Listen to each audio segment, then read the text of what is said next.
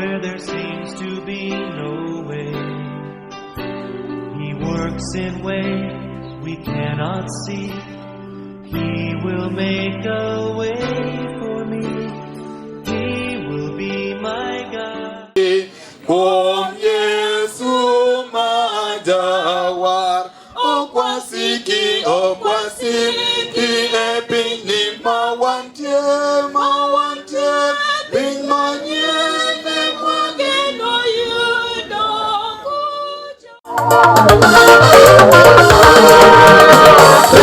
La moda Jerusalem chunya kumbochoke kama kuya onge chanupe onge chochebe onge ela moda chunya kumbochoke ela moda Jerusalem kama piwang yok nobedie ela Jerusalem ela moda chunya kumbochoke ela moda Jerusalem, kama piwang yok nobedie, dala Jerusalem, dala mobe Jerusalem, chunya kumbochoke, kama kuya onge, chanupe onge, chochebe onge, dala mobe chunya kumbochoke, dala mobe Jerusalem, kama piwang yok nobedie, dala Jerusalem, dala mobe chunya kumbochoke, dala mobe Jerusalem, kama piwang yok nobedie, dala Jerusalem.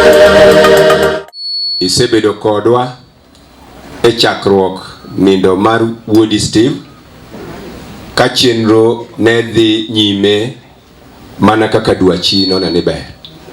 Odiochieng' ma kawuono wachopo thuolo makoro odhi bedo kare makende mobiro rito godo tung' mogik.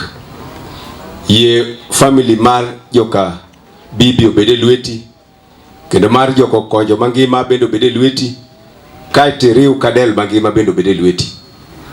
Yie kamora mora masamoro ginyalo bedo gi pek Nyasachwa romnegie gi teko moa kuomi kae to hochono makende Nyasachwa imegi. Pare welo kod osiepe ma bende biro kabiro kuyo kodgi gi mago bende mosechopo Nyasachwa ibed kodgi. Chokruogni mangima wakete lweti nobedi kaka inyune neno ber.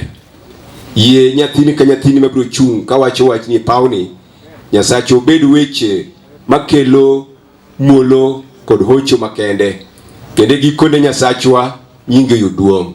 Thuolo mwabro bet ka bed kodwa yudo nikech apenjo kuom yie e nying Kristo ma Jawar. Amen. Okaka wuono bodo ku kodwa e lit mwayudo kuom lal mar nyathi matin ma wan go kawuono wadwa kowo. Wagonu erokamano kuom chopo maber kar kaeni. Koro warwako ni uduto te ubed thuolo. Beduru thuolo kaka nodonjo gi kaka un kaeni ka nitie weche moko machandi tipenjo. Wan gi joma konyowa kuonde mopogore opogore ma kuonde konyruok wantiego. Moro ni bathe ka, moko be ni e mier ma bathe kocha. So I'll use either Kiswahili or Kizungu. So my name is Duncan Opala. I'm here as a friend to Steve. At the same time, I'm here as a colleague of Steve. I think the friendship between me and Steve, we developed it. I think we started we were colleagues, then we met. We had to build the bond of friendship, and for a long time, we've always known each other. And Thomas Steve aparoni en buok maduong ne an mana kaka en buok maduong ne ji mamoko bende. we had ne wan gi weche mang'eny mane wasamoro wapango timo kata wande mowacho gi Steve, but gik mang'eny Nyasaye mapango to gi kako pango be wan ok wang'eyo, but now it's a big shock to us as the young people, and sometimes you come to get that reality that death is real when it hits you or when it falls on somebody you know or someone close to you. I may not have much to discuss or to tell people here. Us, tumefanya kazi around 3 years with him. Steve was very simple boy, you can call him a man, and he was just simple boy. He used to do his job perfectly. Steve never liked shortcuts. Angefanya kazi yake tu pole pole, lakini ako sure. So we have lost a friend, a brother, and Mama, sorry for the loss of your son and the entire family. So this is my tribute to my beloved friend.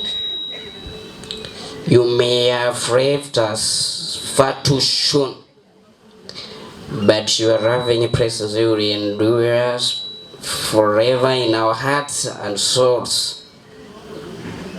Asanteni sana wote. Bwana asifiwe. Yakadem. Gurabi ya uduto. Wan kadem kakose wachno. Wan kayuoch. Margaret mawito wuoyi matin. An iluonga Joseph Arodi, aja kadem. Wan ka gomera maduong', mwago kadem.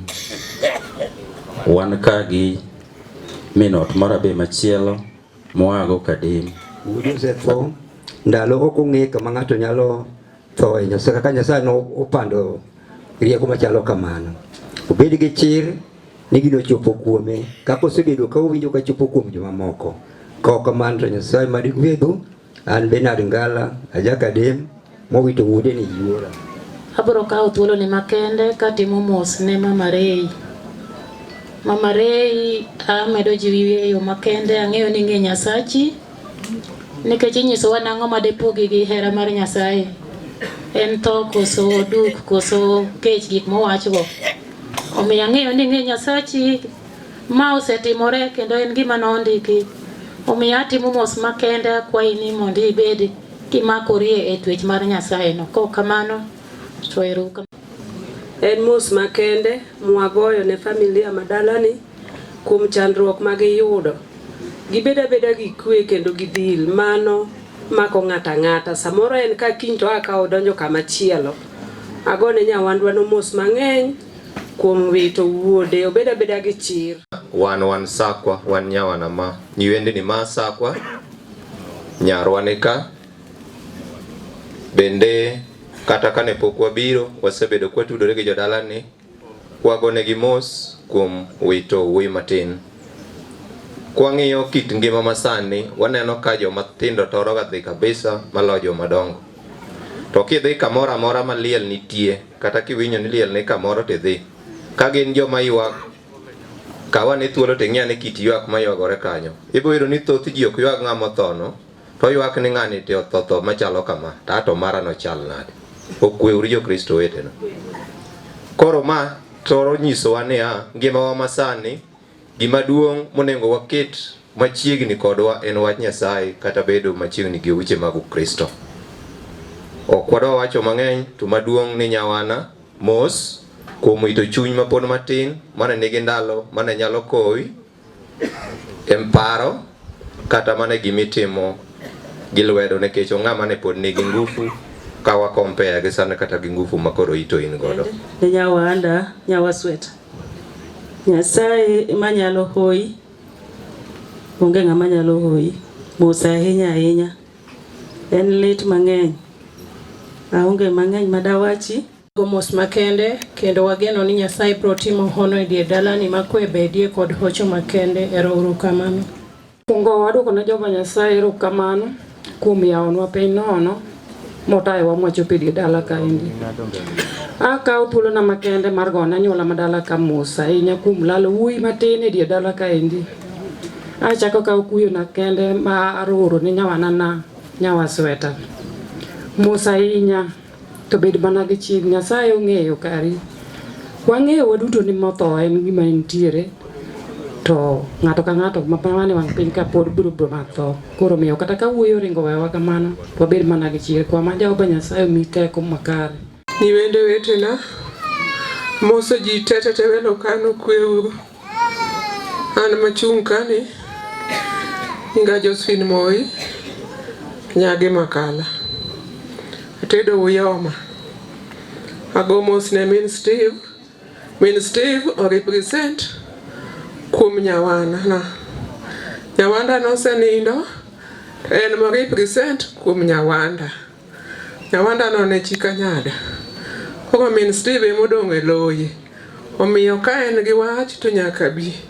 Min Steve agoni mos, Nyasaye biro lochoni. Gik moko duto wene Nyasaye. Onge gima dwa wachi, wan dhana. Onge gima wanyalo wacho. Kosetimore kama to wagoyo mana mos. Erokamano. Wachopi e dalawa ka wakowo nyathi omera matin. Gima nyalo wacho malich onge. Bedi wachi to bedi yolo dichieng' moro. Onge wache. Erokamano. Waduoko ne Nyasaye erokamano kuom odiochieng'ni manochiwo mondo wan ma wangima wachope kendo wane.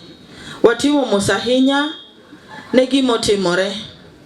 Watimo mos ahinya ne min Rei kuom wito wuoyi matin Toto. Wan ne wang'eyo kaka wuoyi mamuol onge wach. To Nyasaye ong'eyo koyie to kwech hoch makende obede dala ka kuom wuono ma Nyasaye.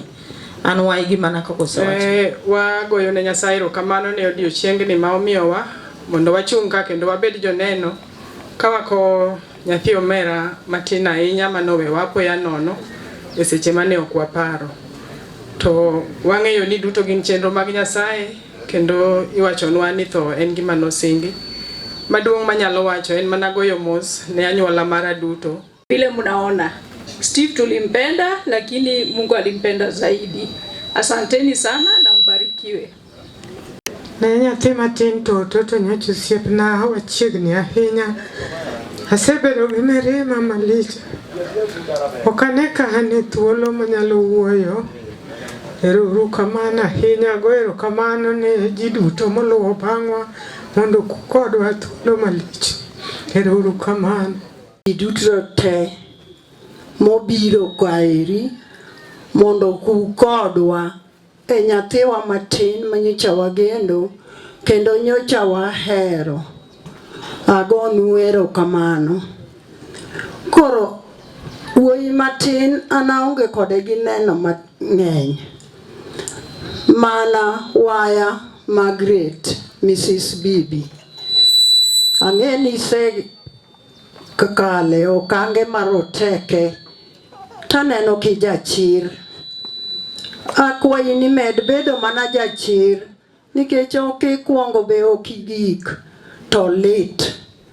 To wawene Nyasaye weche duto matimore nikech wan ok wang'eyo kaka dhano. To Nyasachwa to ng'e ng'ato ka ng'ato, kata an mawuoyoni, kata in miwuothono, kata in mibedono. Kasa ogik to timore mana malich machalo kamae. Margaret en nyarwaya. Nyawaya timo ni mos. Bed mana jachir. Magi gik mathoth joma nika oseneno. Waonge mang'eny modwa wachi. Awaburo mna moso nyarwaya. Musiko kodwa kendo gore kuomwa kinde duto. kendo ng'e kane mage pok obiro ka, moko obiro gigona ni kik wawuok ka to sawa wacho ni nyaka wawuok. Ka ok kamano nyinga Addison Osiemo Micholo. Mies magini nyathi waya agoni magi mos makende kako awito nyathi awinjo kuyo malit sana. Nyithi magi omak mana Nyasaye. To en kuyo maduong' kendo en lit miwuoro kuom wito nyathi matin ma pod ne ndalone nitiere kendo ne pod obiro konyo mang'eny mbele. To nikech tho nondiki onge gima dang' wawache. Nyasaye mondo obed e die dalani e nying Ruoth Yesu. Aluonge ni en nyathina. Nyocha kobiro dala Desemba ka kendo no owuoyo kodwa maber adier. To tho ne nyocha obwogowa. Watimo mos ahinya, atimo mos ni nyamtewa Margaret kuom gima otimore. Onge gima wanyalo wacho to bedo no malit ahinya kuom lal mare. Mos oganda mobiro ka duto ni okweuru. Okona na wacha achiel nanyalo wache tanyalo kale. Anyway, it is painful. Olit nwa mang'eny. Magi nyathiwa mak mana chunyi ibed gi chir. Achiel tama wacho nekech Tobias magi nitie sama nachalo nyathigi e yode ka okonyore ta anime daktari ora ni dhi tim shopping ne nyithindogi. Kendo kanye manafwenye ni kare shopping mar nyathi mawuoyi nengo ne tek malo mar nyathi manyako. Wasebedo close gi nyathiwa, nyithindegi gin mekwa, but bed gi Nyasaye nyathiwa. Yesu ong'eyo gimomiyo toto nyaka ne wewa e sama rachni. Ka wan e liend mama dala to wawuoyo gi toto. Ka tho to korki biro penjo kuma antie. To nyiero mos okona ni anti. Donga biro mapiyo kare ne ok onyal chopo. It is painful. Bed gi chir kendo ng'ata okonywa lemo mondo teko mar polo tie die dalani e weche dute nying Ruoth Yesu. Nyako Yuki pogruok gono ema lit nikech ni ng'eyo ng'ami pogorigo to in ma ok ing'eye to tho ng'eny omiyo kodonjo ni to ok nong'i kode nyako rum. Nyathi ma Steve nyocha wan godo e liend mama konindo obiro moko odagi kendo ne en ng'ama nigi ngima maber tako wuoyo mos kendo buonjono e kaka en ng'ama muol ahinya. To kata kamano en buok maduong' motimore e chuny dhano kata e chuny wat. En buok ahinya kendo buogo chuny ji. To onge giminyalo lok kuom tho nikech ne en singo. Obedo kamano nikech onge gima nyalo time. Nikech ndiko kamoro wacho ni abiro kawo ng'ati mihero ni to om mana chunyi. Tiende ni onge giminyalo timo nikech gino ne en singo. Obedo singo ne nyathiwa no kapod tin.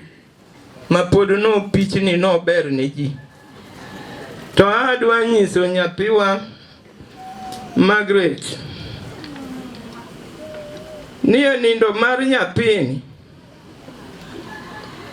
gimiwach koro en niya ni okin kendi mane chir mibedgo wach ni okan kenda kiwacho ni okin kendi biro yudo teko to hocho mabedo biro ani kuom Nyasaye. Nyithindo wetegi modong' man gi kuyo malich kuom nindo nyathini Nyasaye pod biro mana hoyou nikech dhano to ok nohou. Machogo gi mama to nyathini nyobuoga kendo awinjo ka luor mar gima dawachi onge. Tawacho ni mama Margaret nobed jachir. Onge ng'ama biro hoye. Nyasaye man gi raba manyalo rucho go gik malich manie ngimane. Hera mar Jehova osik kode kuume kinde ka kinde gi nyithinde gi wedene. Mabe madawachi an anyar Kanyangoka. Nyasaye ogwedhu. Kristo duto te gi welo mobiro dalani. An Steve en nyakwara. To Steve nyocha wan godo e tho dagi. Mwawuoyo gi Steve ng'ama ngima. To Steve ni puonja ni kata wan mwawuotho gi kare wan mana ji mosetho. Wanyalo tho sa asaya. Wach mang'eny aonge go. Moso chokruok ni misawa uru. An nyinga en John Malago. Atimo mos ni Margaret to gi joka Dr. Bibi mangima. Ero kamano. Uduto an anoluo chakungu. Wawach natimo mos ahinya ne nyamera gi family mare. Joka Bibi te gi joko pondo kuom lar mar nyathi matin Steve. Watimo mos ahinya nikech Steve kanyocha obiro dala e sa mokalo machiegni ni kobiro ywago dagi. Nobiro ka en gi ber moro mopogore kendo nonyiso kido moro mar ng'ato moro machwe kabisa. Koro nyocha ne waneno ni nyathini kare dhi maber. Ne ok wang'eyo ka kido ni ne en mana kido manorwako mana mar goyo riti. Kuom mano watimo mos ahinya ne nyamera kuom lalo kijana matin molal kapok ochopo e bor mar dhano.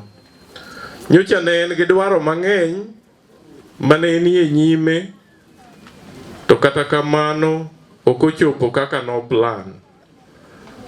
Onge gima wanyalo timo, wago mana mos kendo wakwayo mana Nyasaye ni ma mondo dong gi jodala kate gi min gi kaachiel. Ero uru kamano.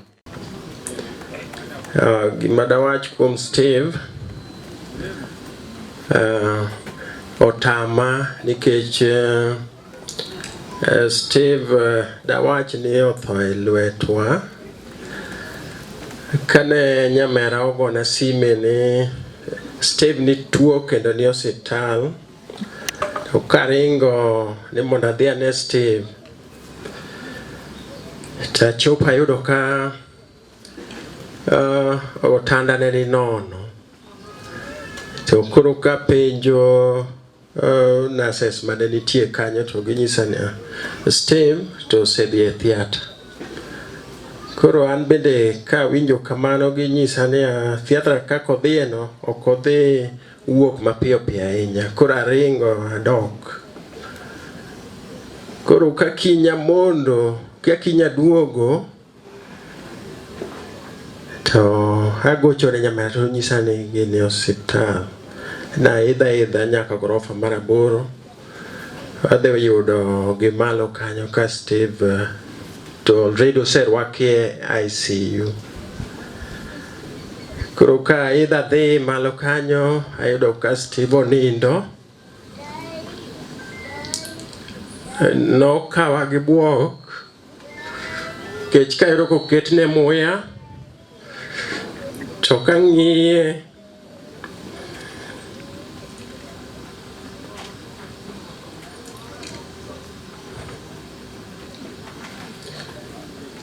aneno ka gima onge ngima. Koro kamule tawacho ni nyathini kata jogi pod oketonwa gini. Awacho gi chuna ni okane. Koro aringa dok kwasebedo kanyo mang'eny. Koro kiny kwaduogo to ayudo ka pod oketne mana muya no. Koro jogo yudo wach finally ginyisowa gi rieko ni Steve ni wiye to is like osetho to muya cha to podwane koro wacha ni joge to wuondowa to Steve osebedo maonge. But in fact nabedo hit very hard kendo kawa gi paro mang'eny mapenjore ni to ngima ni kare en mane, kare ngima ma wan go ni onyalo mana bedo kama kata we ni kare Nyasaye mong'e ngimawa. Agoyonu in advance kuom kawo thuolo maru mondo bi konywa ko rawera matin. Wayudo buok maduong' e ngimawa kaka joka kungu, kaka wasweta, waneno malit ahinya e chunywa. To ji wuoye ober kiwinje gi chien to kogore kuomi king'eno chal nade. Nyamera osethagore gi weche gi endi kapod gin joma yot ahinya makoro gilokore ji. To kae to koro ngima mar wuoyi matin ni wuonde ni entie to ochako lal e sa apoya nono. Wabedo gi buok ahinya. Nyamera ni katimo neno kuome tabuok nikech nadak kode ochalo kaka nyara. Achalo gima timo neno e liende nyathi nyara. Achako dak kode chon ka en mana klas 2. Chon, higni machon. To koro sani bang' kosesandore ahinya kendo koro wito wuoyi mane wan go gi geno ni nyalo biro rito dalane ka. Mos ahinya. Ajiwe nobed gi chuny motegno. Gimoneno ni en gima lit. To dhano to ok nyal timo any correction. Decision osetim and that is final. Mos ahinya. Weche duto waketo ne Nyasaye nikech en ema ochiwo duoko maber. En ema onyalo pieyo mirima. En be monyalo pango dongruok mar ng'ato. Omiyo nyamera ni ong'eyo wach Nyasaye kendo ang'eyo ni ok en kende. Nyasache ok bi wete oko. Dhano to wuoyo gi dhoge to nyalo ne to onge. Dhano wuotho kawacho weche ne to Nyasaye mong'eye. En mong'e gimoro amora. Omiyo ajiwe no bed motegno e anyuola ne ka. Mana kaka jowadwa osewacho ni otudre gi Nyasaye kaka confidant mare. Maka weche pek to penjo. Ang'eyo ni ok en alone nikech en ja Kristo motegno. Watimo ne mos wan kaka wasweta. Pek to pek. To sami winjo ka pek ahinya. Ngiwer namba 114. Itiek godo. En pek. Wan wasekadho yorno. Okoyot. Kawa Jehova Nyasaye ema mondo bed ng'ati to ng'ato moro manyalo yonge kaachiel gi nyithindi. Duto te niseneno. Akoni wach mar achiel kende ok atim neno. Ni para nena. Gima Nyasaye wacho niya. Ni tong wang'e gimoro amora matimre kuom chilien ong'eyo oko gi iye. Ibiro chalo mana kaka chalo kata gima Steve nyalo miyi Jehova Nyasaye dhi timi nade. Dhi miyi. Kaw gimoro amora iket kuom Ruoth Nyasaye. Aonge gi wach madawach kuom nyathi owadwa. Ne chokruok maduong' mobiro ko Steve. Amoso wuo nying Yesu nokwe uru. An aonge gi neno. Margaret Nyaromera akwayi ni kaw Yesu. Emobed kodi. Adwa chiwo message machalo kamano ne chokruogni mangima. Wach manie teko ni en ni loso kit ngima midhi bedo godo e sachier. to maonge teko ni en tho, kit tho madhi negi kod thuolo miwito. Ahero mondo chiw message ni ne jowa duto, welo, gosiepe gi ng'ata ng'ata, ni wang'e ni thuolo kadhonwa. Nyasaye mondo bed kod ng'ato ka ng'ato, kendo mondo ng'ato ka ng'ato oyier ni to idhi bede ngima mane. Pod wagomba erokamano ne Nyasaye nyaka kama wagike ni, nikech ka ok Nyasaye da ok wagik ka. Wakawo dala ni e yo makende, wakete lwet Nyasaye nikech wasebet kwa lemo, kendo amor naneno ka nyaromera nigi chuny motegno, chuny ma Nyasaye odake. Wakwayo mondo imed bet kamano. Ne joka nyango watimo nu mos kuom lalo wuoyi matin, to wan kaka jowasweta, nyako ni oketo wat maber e kindwa kodu. Omiyo kuneno ka wasweta nyono ka giwede gi te kaka gibiro no, en kit nyako mane dala ka matudo wasweta gi kanyango. Mari Nyasaye bed kodu. Wakawo kuyo makende marwa wakelo ne nyathiwa Margaret kuom wito wuode.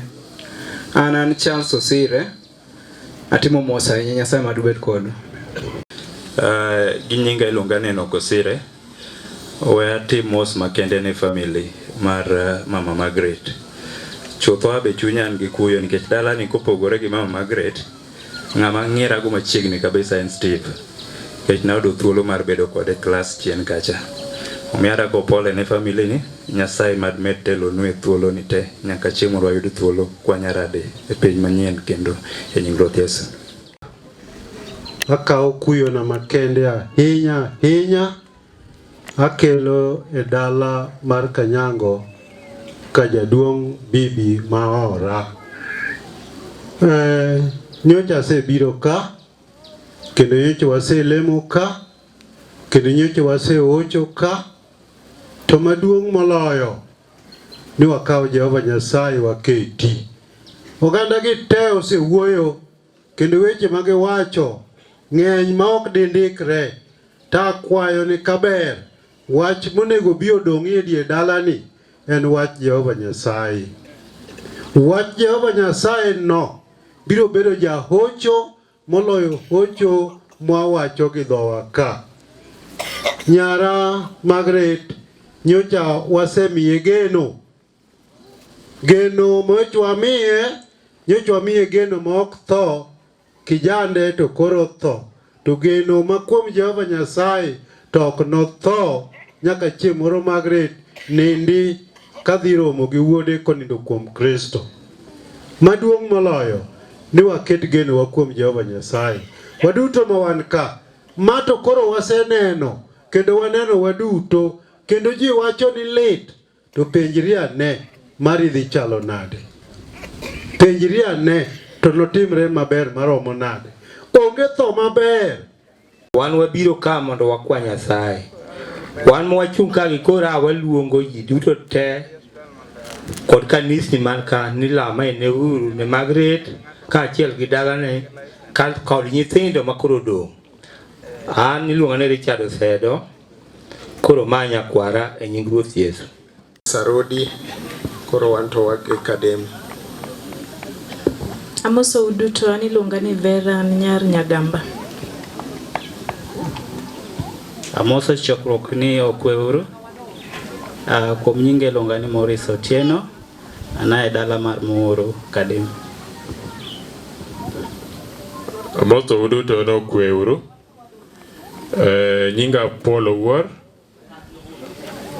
wasweta. Erouru kamano. Amoso uduto, iluonga ni Kennedy Orinda, Jakarachuony wuod Philip Orinda. Amoso uduto, an iluonga ni Grace Orinda Wanjala, an nyar Mama Agnes Akech Orinda, Karachuony. Amoso unokwe, an iluonga ni Masa Rodi, anyaka dem. Amoso uduto nokweuru, an iluonga ni Doris Akinyi, nyaka Karachuonyo Kogweno Ria, anyar Mama Isdora Were. Amoso duto, an iluonga ni Pauline Orinda, an nyathi Agnes Orinda, owuok Ogweno. Amoso duto, iluonga ni Jane Orinda, nyar mama Agnes Orinda. Bariki. Amoso duto no kweuru.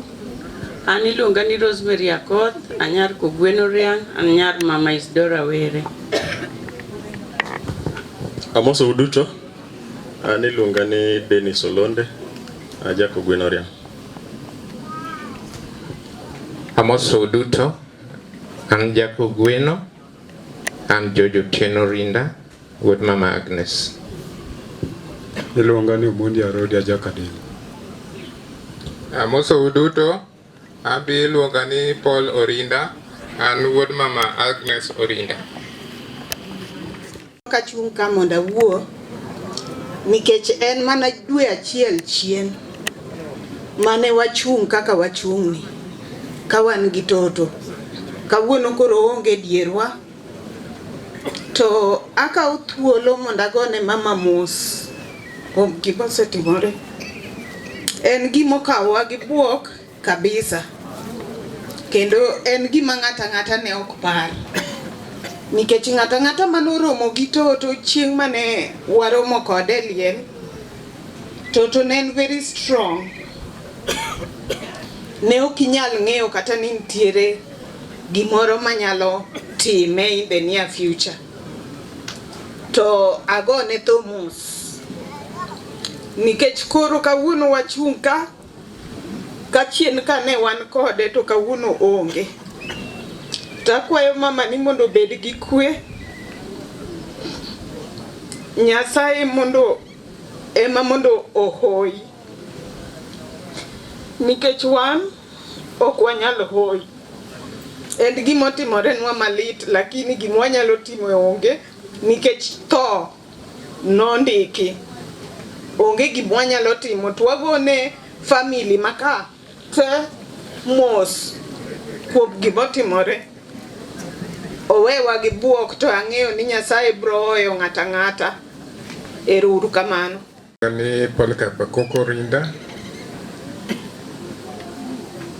Nokadwa wuoyo tadwa mondo wacho gimoro achiel.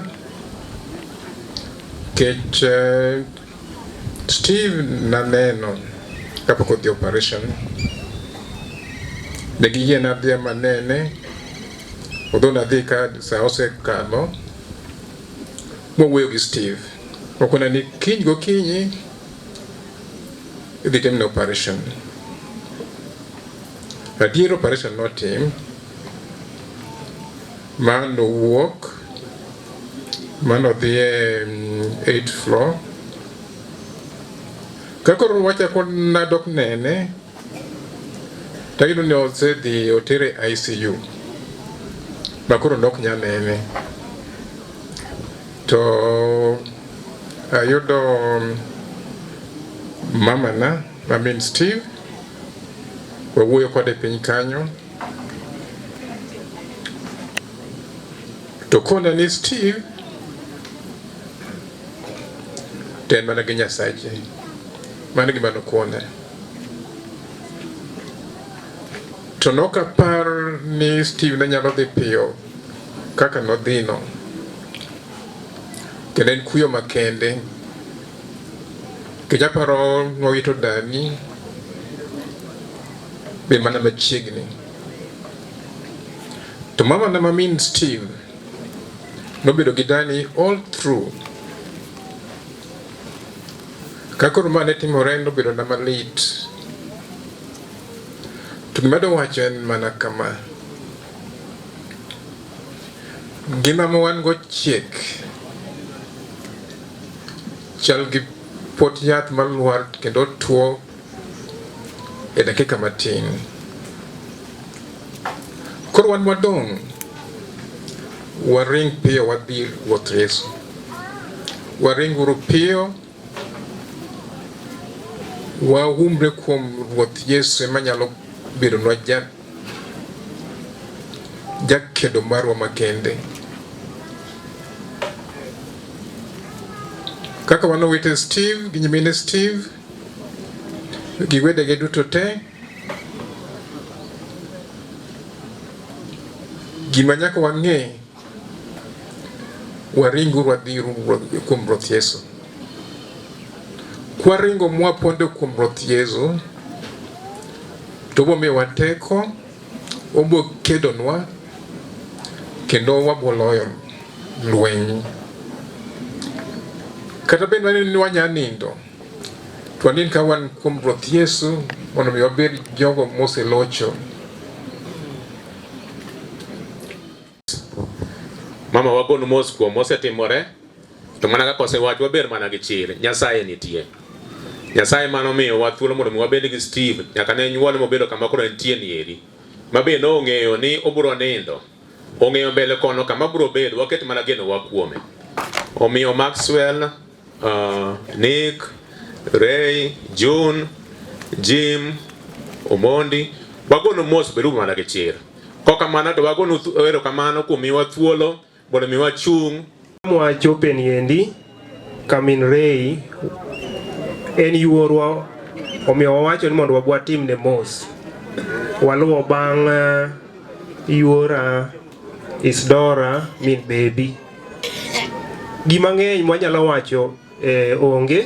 Gino mosetimore ne yuora, mana kaka osebet kijiwe, obed motegno, kong'e ni magi okenge makawane wang' piny to nyaka wakale. Obed kosomo buk mar Ayubu, okenge mane okale. Omiyo mago matin manyalo wacho. 23 wacho ni Nyasaye to nyiera ka ng'ama ber otho apoya. Omiyo thone no un samoro ne ok ung'eyo, to Nyasaye to noseng'eyo. To chako wachno Saburi 116 wesa 15. Okono wane ka ng'ama ber otho apoya to Nyasaye pinyruodh polo kuyo. Tata dwa wacho ni niya, e buk mar Deuteronomy 29 wacho ni jodolo mos nikech adonje e line mamaru. Owacho ni nitie gik mopondo to gin mag Ruoth Nyasaye. Achiel kuom gik mopondo en tho. Onge ng'ama ong'e chieng' tho ne, to tho to chuno ji ni ji nyaka tho. Ko kamano mama bed gi chir, kech nyathino tho ng'ama pod yang', mane negi ndalo mang'eny, mane gik monyalo timo thoth, to ne ok mano wane mwang'iyo ka giwenge ma wan go manono. To wang' Nyasaye tok nene kaka waneneno. Ko kamato wago mos ahinya kendo olitnwa kabisa ni nyathini otho, nikech en nyathi moluwo bang' orame ot. Koro miyo olitna kabisa. In fact, sama nawinjo wach tuone, nago kata sime nyaka Nairobi. Ka penjo ni, mano wach machiwo winjo ne nade, ma wuoyo kata gi maidota. Ka penjo, nyathino, gima winjo ne nang'o? Ne otuo pod en e osiptal.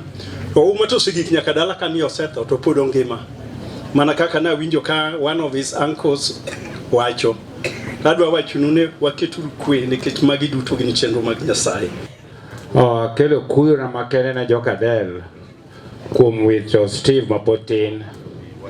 Wach kabire liane to an gi kuyo mathoth ahinya, aparo mang'eny molo jok maneno ka gigi. Dala ni asetudora go mabor, akedo dala ka Susan manya Menarisha an godo kaka jaoda kia ni bose chopo ka. To kabire liane ni to kanane ni ndiel ordinary to me. Nikech kachako gi Mama Miriam nwadago mabei neno pacha saya ni moda nyisi relationship kaka nochakore. Mama Miriam yora katene ni moda tene Mama Miriam musiep mama wachak. Ka Dr. Bibi pod jo tindo. Pod gi tindo no Mama Miriam yora ni tene Mama Miriam chak. Give the beginning. Chako kumanyien ka onge situation machon. Omiyo to maduong' wadagie wach Nyasaye moloyo gimoro amora. Ne ok na fweny gik moko ibi fwenyo nyaka chope od nyaruo od ruoth. Omiyo mago gik mopondo. Nyasaye manyalo mi och. Wan kani wanyalo wacho ni mos to onge gima wanyalo timo, lakini och mawuok kuom Nyasaye ne och maduong' moloyo och duto. Mama ni an adhi aneno Steve hospital chieng' mane Steve sign form mar operation ne an e hospital. In fact nokang'eyo ni Steve nyalo tho. To Steve nobedo na malit, mano mi I remember nyathina manotho 11 years ago. Lakini Nyasaye ber, ng'eyo Nyasaye ber.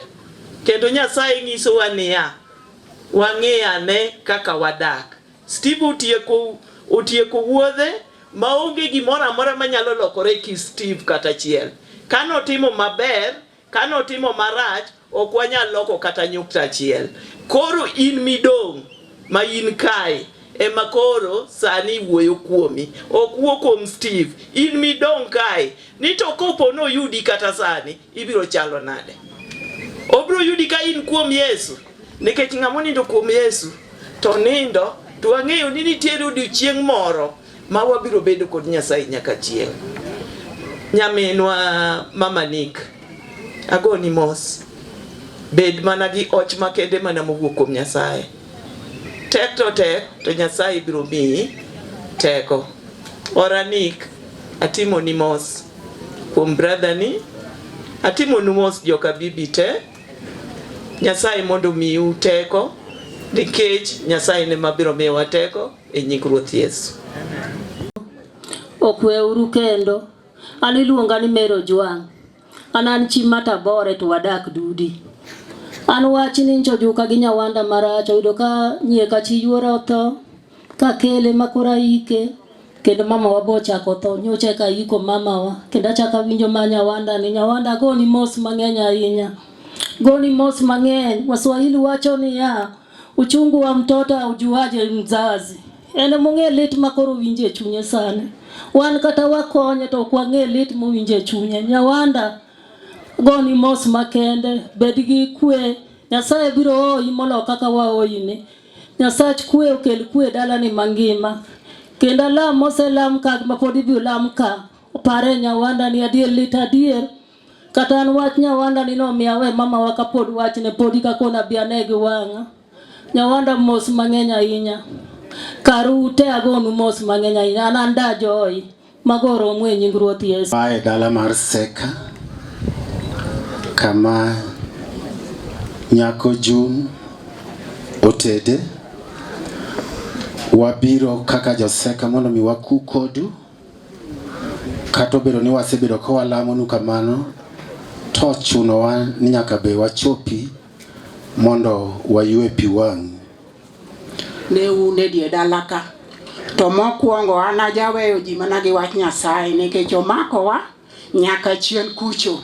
Koro jomodong' ne uru wach Nyasaye. Kijana mokalo ni to sincerely speaking an pok aromo kode, to wabiro mana kaka wuono na. I think kaneno book momiyo mwasomo, he must be around 34-35 years. That's a very young age. Omiyo wan gi kuyo kabisa kuom gimotimore ne kijana matin mwawito ni. Waonge mang'eny mwana wawachi. To kapodoka kelo rambirambi mara, miya udu thuolo mondo recognize friends ma wuotho go. Steve ne lit na kendo ahinya, kech ne spent the last moments gi Steve. Kawa wuotho kode, wa Nairobi Hospital, wadhi Nairobi West. Every evening ne wan gi Steve, kawa nyise ni everything will be fine. Koro akelo rambirambi mara makende, to ne lit ahinya to lose a young man kaka Steve, maneni gi a very brighter future, ng'ato mamuol, to ne onge gi weche mang'eny. Koro kauru mana kwe mar Kristo kende, mano e gima anyalo wacho. Erouru kamano. Moyudo chandruok, mowito orwa, watimo numos. Wan bende kato bedo ni yawa go seko gi kamano, ta neno ni ber. Kik ka grace bed ni onge ng'amo biro. Kura biro ilu jok moseko nindo. Kao kamano, erouru kamano. To achopo mondo mi aku gi joka nera. To wawuotho kidienje ka or bende wan go ka mabe ochopo ka. Nyawana be wan go ka, mabe ochopo ka. Koro ubro ng'egi ka giwuoyo kaka josakwa kuom lal mar wuoyi matin mosebet, kendo wang'eyo ni piny mwadakie ni mano kaka ochure ni joka dhano.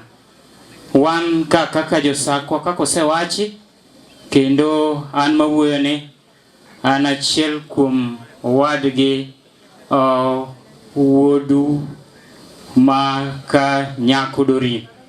Kao kamano to wawacho ni mos. Mokwongo kapok adhi ahinya, an Anorka, iluonga ni Okeyo Nyakore, asa kwa wendo. An jawad nyako modala kabiluongo ni Dorin. Koro watimonu mos maduong' kuom shida mogore kuomu, to ok dwa wach mang'eny. Iluonga ni Rufin James. Abiro ka mondo represent jodalawa mondo akel kwe makende ne Mama Joy gi Mama Ray. Nyasaye mondo miu hocho makende ma wan ok wanyal. E nying Ruoth Yesu. Kwayo Nyasaye mondo miu kwe makende. Wach nitiere muma kamoro kacha, en Amos 3 Matindo 14 mawacho ni wadwaruru mana ber nikech kwatimo mano to Nyasaye biro gwedho oganda mano modong'. Koro joka Philip modong' bed ni noweu ka utindo, bed ni nyaka sani, to Jehova Ruoth Nyasachwa mondo bed kodu. An Roslyn mar nyaminwa Margaret Bibi, anyuola, wede gosiepe gi jo Kristo duto. Amoso ni Nyasaye ber seche te. Wan kwa chunka iluongo wan The Nightingales Group. Nying no wuok kuom Florence Nightingale mane the first nurse. De bed ni Mama Margaret nyoponi e service, de uneno jo medical ko chunka nyaka kata gi mtok jo medical. To pile ka ina professional kanya ise retire to chal wich wil kodi. Omiyo ne waparo in 2018 nwabe wachaki group wa nikech once you are a professional till death. And we would like ni samanya wadwa nigi problem to be reminded of profession more from. Omiyo group mochunka ni 123 at the moment, kato bedo no kwa chopo wate, to never think of providing psychosocial support na chiel kuomwa moki feel ni profession mana aitinde gi kia. Koro nyaminwa gimwa nyalo kelo ni maduong' onge, mana kwayo Nyasaye no med jiwi kech sani oyudo jonyuol te. To Nyasaye ong'eyo gimomiyo okawo nyathini matin to in tise retire. To Nyasaye bende majiwowa kendo mochano. Gima Nyasaye ochano kwa nyal loko bok nyal pingo. Hakwaye ni Nyasaye omed umi gi jo nyithindi moko modong' gi jodala duto gi wede duto. Sweta mos ahinya kendo agoyo erokamano bende kariwo gi jodala duto makadel kuom bedo gi chandruok machalo kama. Atimonu mos ahinya. Wan ka wae Midland board ma hospital. Koro Mama Steve en achiel kuomwa. To ka wanwang'o no yudo chandruok, wan kae capacities ariyo. Achiel, nyaka wabede liende ni kata ne ok en member mar board marwa, nikech ma wuodo minwa, ma dalawa. Ariyo, nikech en member mar board, omiyo wan ka. Watimo ni mos ahinya Nyakolando. Nyalo hotimo nego hocho manyalo hochuje. Nyasaye dio iweyo makende. Omiyo beduru gi kinda, beduru gi geno ni Nyasaye nitie kendo nitie piny machielo ma wan be gi geno mwabiro rome waduto. Mos ahinya sister. The members who are standing here, they were working very close with Steve, and we felt deemed necessary to come and mourn with the family. And on behalf of ABM, the entire team, to the family, Mama, and the rest of the clan, ours is to convey our condolences to the family, heartfelt condolences, and because of time, we are not going to say much. Poleni sana. Thank you. This is a tribute, sorry. The late Chief Odhiambo joined NASA Airport Services on the 1st February 2012 as a young man ready to tackle challenging hospitality world. He worked in several units under the corporate catering brand, namely Nestle Kenya, Total Energies, BT Kenya, and was currently working at the Associated Battery Manufacturers, that is ABM, until his demise as a senior salesperson, that is a cashier. Steve was a hardworking colleague and related well with everybody. For him, nothing was impossible. One particular trait that we remember him for is his never fading smile. We thank God for the years we got to work alongside him. Thank you, Mama, for raising him well. Let me give this chance to Enoch to add something. Mimi ni kijana wa hapa Nyamira, kwa hivyo mimi ni mtoto wenu wa hapa nyumbani. Tumekuja hapa kuomboleza Steve, alikuwa mwenzetu. Tulikuwa tunampenda sana. Particularly me, even if I was the boss, alikuwa nikimwambia nyoe nywele ananiambia wewe unaniambia ni nyoe kwa sababu wewe hauna. Kwa hivyo alikuwa kijana mzuri, tulikuwa tunampenda. Tumekuja kufariji familia na kuambia tuko pamoja na tutawasahau. Asanteni sana. Asifiwe tena. Amen. Kwa majina naitwa Oliver Tambo. Mimi ni Mluya hapa kutoka hapa Busia. Na mimi pia bado ni shemeji wenu. Nimetoa mrembo hapa Migori. Nimesikia kuna watu wa Kademo hapa. Asanteni sana. Department yangu ni ya union, na kama kazi yetu ni kushughulikia haki ya uajiri ya kwamba ishughulikiwe kihaki, na tumekuja kuwaambia pole kama familia na Mwenyezi Mungu airehemu. An gi weche matin manyalo wacho kuom Steve. Wach mang'eyo kuom Steve nitie en nyathi mamuol. En nyathi ma jahera. Steve onge wach, kendo kane otin waluonge ni Toto. Koro kane oduong' kama kwaromo kode kata kobiro mosowa to wakinye ni to pod in Toto koso in Steve. To nyiera be ok oduoki. Ne en nyathi mamor seche duto. Kane wawinjo tuo mar Steve, ne ok wang'eyo nogik kamogikene. Watimo mos ahinya. To duto te wawene Nyasaye kech wang'eyo ni kotimore kama to Nyasaye ong'eyo gimomiyo timore. To Steve nobwogowa ahinya. To ahinya ne nyie kama Marei. Bed gi kwe.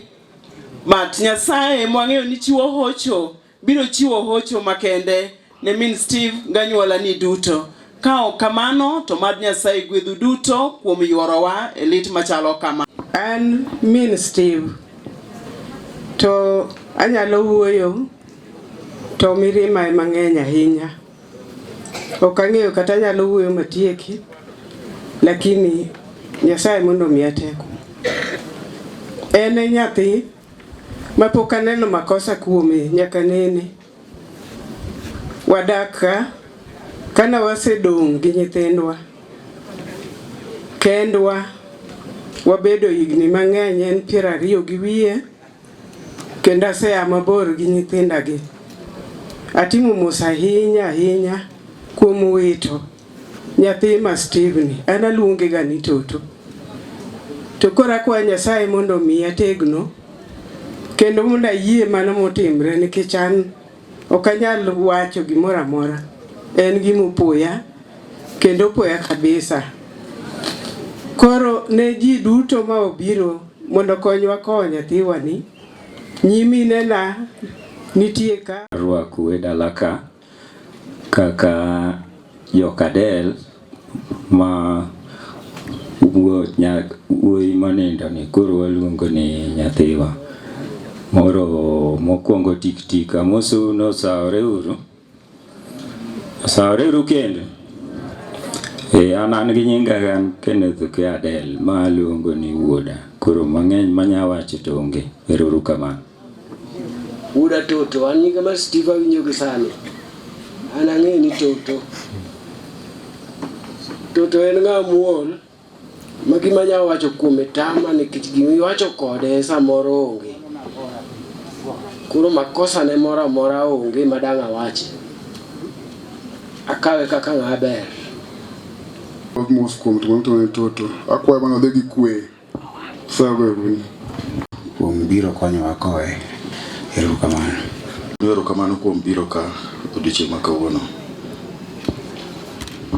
To nying Ruoth Yesu, an nyinga Samuel Onyango Ouko, an wuod japuonj Fredrick Samson Amadi. Kijana monindo ni aluonge ni wuoda, Ivundho nanene kapod tin sana. Koro nawinjo gimotimore ni nachopo mondo waywage. Duto ene Nyasaye ma mondo oket chunye kama okwe. Agoni erokamano kuom yuorowa. Kuom nyathini nitie kamoro ma koponi adhiye nadwa wuoyo to samoro inyalo kata tweya nikech the way kata mobedo treated pod lit na nyaka kawuono nikech ji mbeko kuonde moko to anto samoro ok ambeki. Nitie gimoro ni impunity and state of status quo. Mano tiende ni nitie jok mowe manyalo timo gimoro gi pachgi gi riekogi nikech iluongo ni ethics osewacho ni ok unyal nonogi kata gitimo gimoro marach. We cannot be detained at home for 3 days kiwacho ni the heart is still beating while the brain died 4 years or 3 days ago. Nipodi gisonwa riti. Myself, and asetimo kata dissection mar ogwal kata mari rat in high school. The heart can beat the whole day kisabare to osetho. Koro jogi leaders, hostages in Nairobi kod dala kaendi nwarito. Gimane giparo gi gino kata ka it was abuse. Kata nyuoli mogi kinyalo dendi gi nying ni baby kata Toto kata nyingego. Koro noyudo nying mar Toto. To kako deal gi nying mar Toto ni is so much wonderful because kano wuok kaendi no wuok ni ene tich to ko dhi mobed low ni en chogo ni koro siko biro dala ir min gi mondo bede chong min gi kata mondo miye gimoro nikech iwacho ni chogo go dhoth ndalo te kata gidongo kata gisenyombo. Nyathini bed kata oko kata 10 years. Mano nyiso ni en ng'at moro ma was ready to have friends and so much fearful gi jok ma en go mok winj kata no ketho gimoro kamoro. Koro mano nyiso ni kama nodake unyalo ng'iyo the whole of this tent mabathe kono. Mago jok mobiro nikech en to moko be osekara do to moko be pod nie yo. Uru kuom biro konyowa ko Toto. Ago erokamano ahinya ne jowa duto mano a Nairobi kata mo participate e yo moro amora e Nairobi mondo ringre Toto kel dala ka. Un bagonu erokamano. Ago erokamano bende ahinya nanyuolawa mar Kadel mano otwere ahinya kodwa kanyakla gi jokopondo mondo gine ni kopo ma nyathino bedo kare. Kao kamano to kapok atieko to aparo ni dayo machielo osobiro, dayo ne madwa miyo thuolo. To akawo thuolo ni mar wuoyo kuom nyakwara matin. To en nyakwara nyocha en nyathi mamuol ahinya kendo wuoyo ne to be ok inyal winjo. En kiwuoyo kode to nyera obwonja. Obiro ka Disemba kodhi ywago dagie manene. Nyaka kone ni to Toto nang'o. To kone ni nying mar Toto koro tindo weyo. Iluonge ni Steve. Akone ni an kaka Dau to pod abiro maluongi ni Toto. Waneno malit adieri. Waneno malit mar adieri. Ka ok kamano tawuoyo ne Mino Chieng'. Mino Chieng' osebedo mama maratega ahinya e iwa kae e dalawa ma Kopondo ka. Osebedo mama maber. Osekonyowa mang'eny. Mino Chieng' ni to chandore gi kwargi ahinya ok anyal we mok awacho. Mano olose, mano bedo kode, mano chalo kaka nyathine. Kane min gi chako tuo kendo o chako chandore go adieri madala ne ka ok obede. dakika matin en malo wa sweta, dakika matin en malo wa sweta, nyaka mama gi odhi. Koro sani nyathine ni, to koro yombe piyo mar adieri, otuo dakika matin ahinya nikech an okona, orao kodhi Oyugis, tokona nodhi Oyugis, takonto idhi omango Oyugis godhiambo sani, takona adwaro gimoro, kinya dhi Nairobi, wachango Nairobi, ni Steve nayudo wach ka nituo, ma obwongo ne ok ber, onego timne operation. Akoni kare mano to dhiyo. To bedo ne bet an gi shida matin mar simu. Kochopo Saturday, nikech mano ne Sunday, to kochopo Saturday, to ok anene e kanisa. Taparo ni to mino chieng' ni kare ne pok oduogo, ka penjo joge to kona ni pok oduogo. Eka adwara sime ir jaduong', agocho ne mapenje ni ati siko Nairobi. To kona ni asiko Nairobi, Steve tuo, no setimne operation nyoro, kendo no sea. To sama wawuoyo kodi ni idwoke e theater, nabuok kendo nalemo mar adieri, mawacho ni Nyasaye yawa. Kano setimne operation, to kama timne operation ba yun kama delicate, tichak idwoke kendo jowadwa, naneno malit. Koro yie mondo ka wach Nyasaye mondo mobed kodi, watimo mos ahinya nikech toto nosingi tiwacho ni gima Nyasaye owacho ok kethre. Nyasaye nosingo ne joka dhano tho bang' ka dhano noseketho e puodho mar Eden.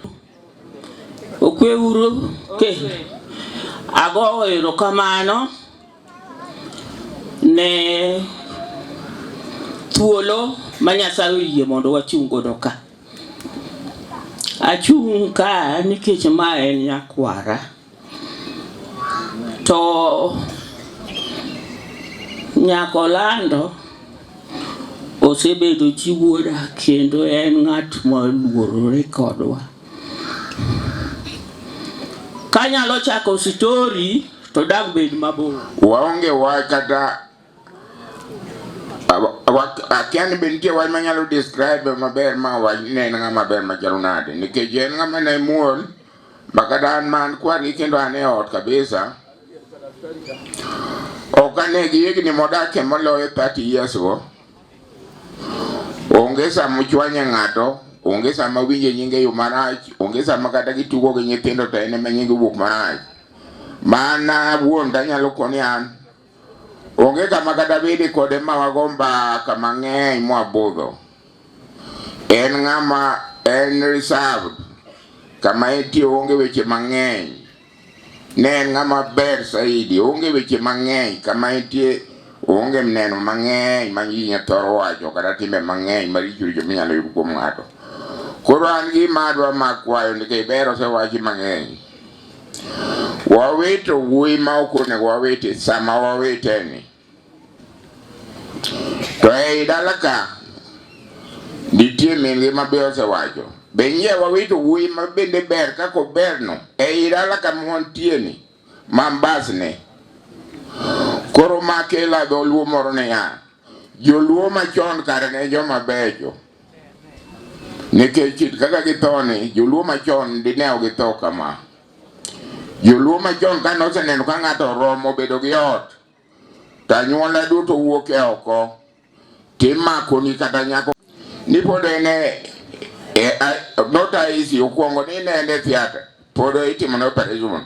Obudha ni pod itimo. Chieng' ni gaole, kowuok ni ke wuok ni koro ber. Ka piny ru kwachak wawuoyo kodi, be noyudo wadhi e wuoth moro. Tija gikona ni no ochako duoke. Ochako duoke ni to koro to ni ene ICU ni no ochako duoke kendo operation. Operation nanduoko ni. Aneno ka wudo mera moro wuoye gi mirima. Kata an gino nomiya mirima ahinya. Sama no wani no duoke gi nene operation. Na winjo ka rembo obwok. No obwoka kabisa. Winjo ka wawuoyo ka bwoka ahinya. Kwachak wabiro ka ni odi ni wacho biro ni to dosetho. Kamano. Koro ambe nikech shughuli mag tich awuok tarik 3 adok e tich. En bende nodhi liel kadagi kocha ma chenro notimore kamano.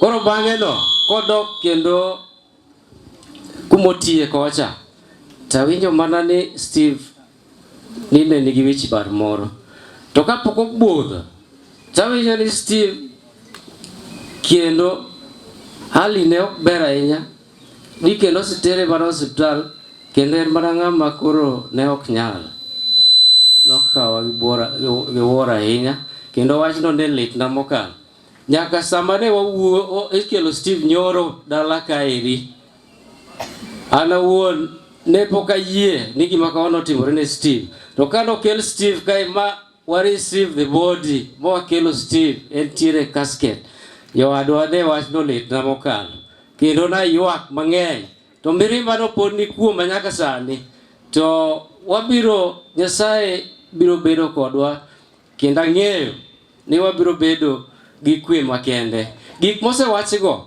e dalawa kaeri wasebedo gi thoe moko manyalo buogo ng'ato gin gik moko matimore dakika matin kabisa ngima ng'ato oselal koro en aena ni ok wang'eyo gima timore to iwacho ni duto te gin chenro mag Nyasaye koro ok onge gima wanyalo wache nikech ok inyalo question gimoro miwacho ni mar Nyasaye chenro mar Nyasaye ka ok kamano wan gi kuyo makende ahinya.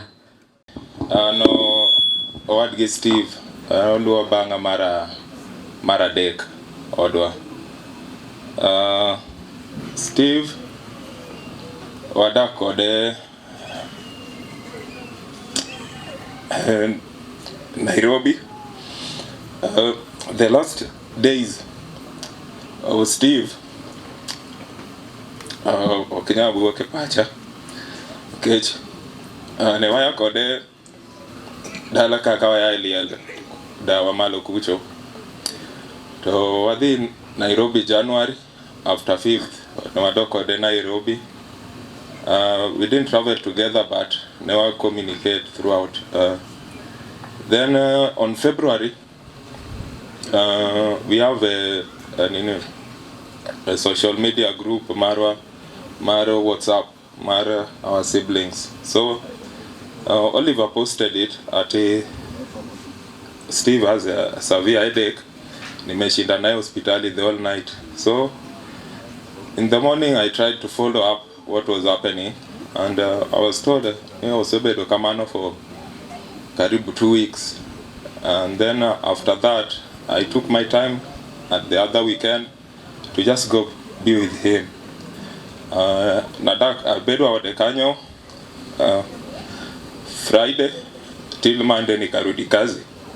So he was telling me macho yake ilikuwa imefura na ananiambia asikii uchungu but on Monday we will be going for a scan alafu ataniambia venye imesemwa. So after the scan ndio akaambiwa is supposed to be surgery inafaa ifanywe yako na some membrane in the brain imefura, they call it brain aneurysm kitu kama hiyo. So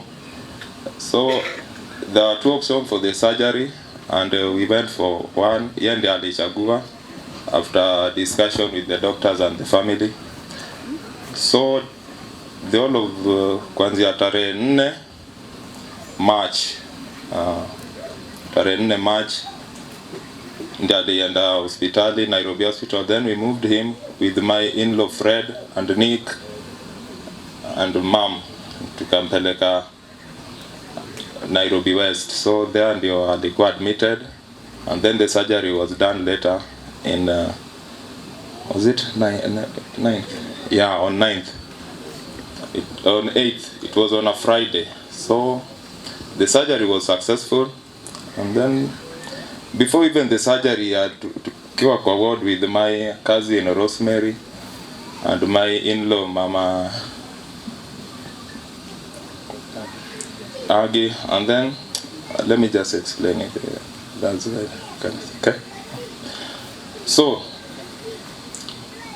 nasi wako kono ni mimi hii kitu ikienda poa, I want you guys to ni surprise na trip ya Mombasa.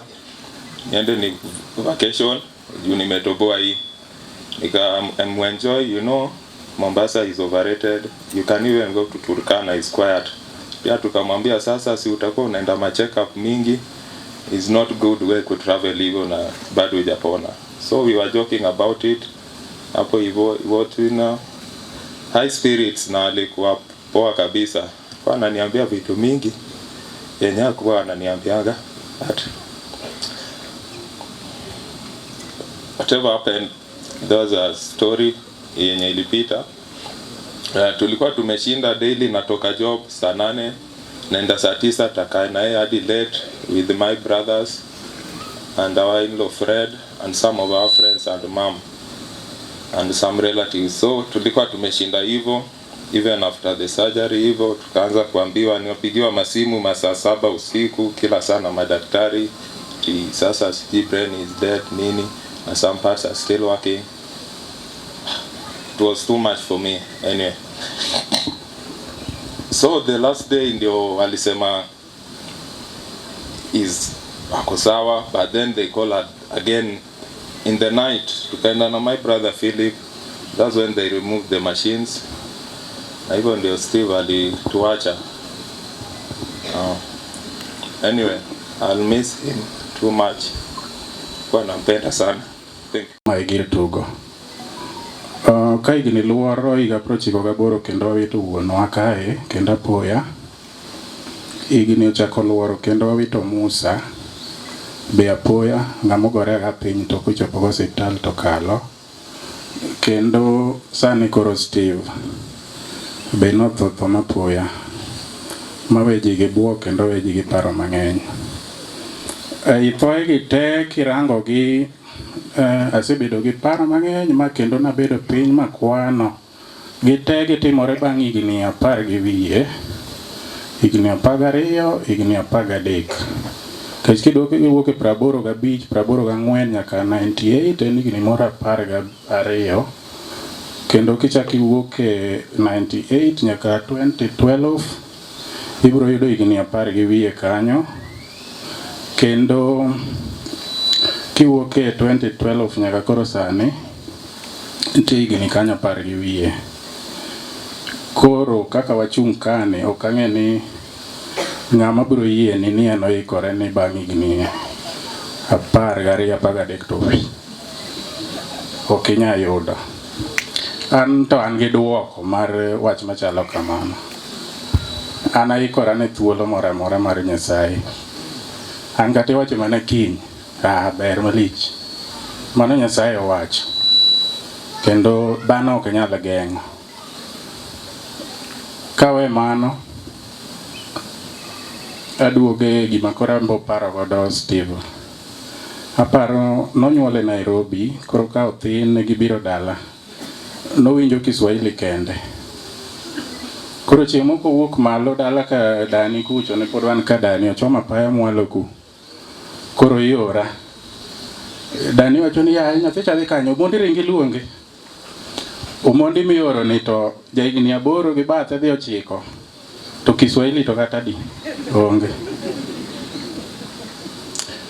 Kora ringo kalawe to kanene apora nene ni takon aluonge ni Toto. Tapo apaka nyise ni rudi. Ma yueyo ni mana step achiel okalo. Koro mbaka madakogo kode kaduogo kode. Koro onge, kora amaka to koro eka momo kora adhiya maduoke nyaka dala. Mane gima nyaparego ma wiya ok nya wil godo. Koro kaduoge tuo mare, an awinjo wachne kosetimne surgery. Ma debed ni an to ng'ato contact to onge ng'adi nomulo nyathino ni timone surgery. Kadi no penja opinion mare, onge ng'adi nomule ni timone surgery.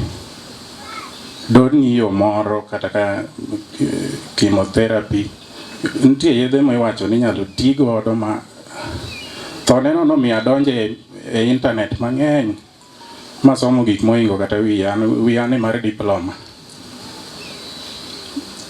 Inyalo ti godo ma bang'e ka gi alam koketi to gino nyado kata malal, gin mana cells to ma gine magro e wi dhano, to yedhe nyalo tiyogo maduoke molal. To nikech osiptende to tinde en ohala to gi pesa ema ji odichgo. Miyo koro ywak nadok nyaka higa 98 ni de daktari bedie to donge do thiedho nyathine kende owuon kaka dhano onego bed ni thiedho.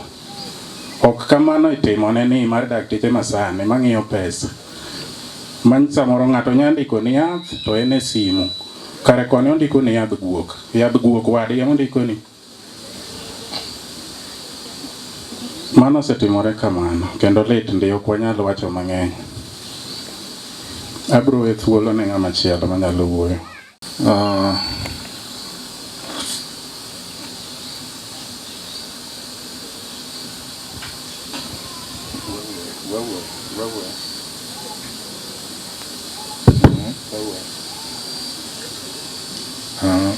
Wuoyo kuom Steve bi bedo matek but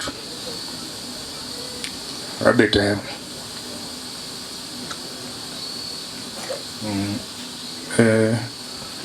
Kuom kinde mang'eny ma amba asebedo Nairobi nyaka na wuok dala kae, Steve no e ng'ama asebedo go machiegni mang'eny moloyo nyithindewa gi eki ma nitie Nairobi. Kopogore gi Nick be mana bedo godo diere mane an e college.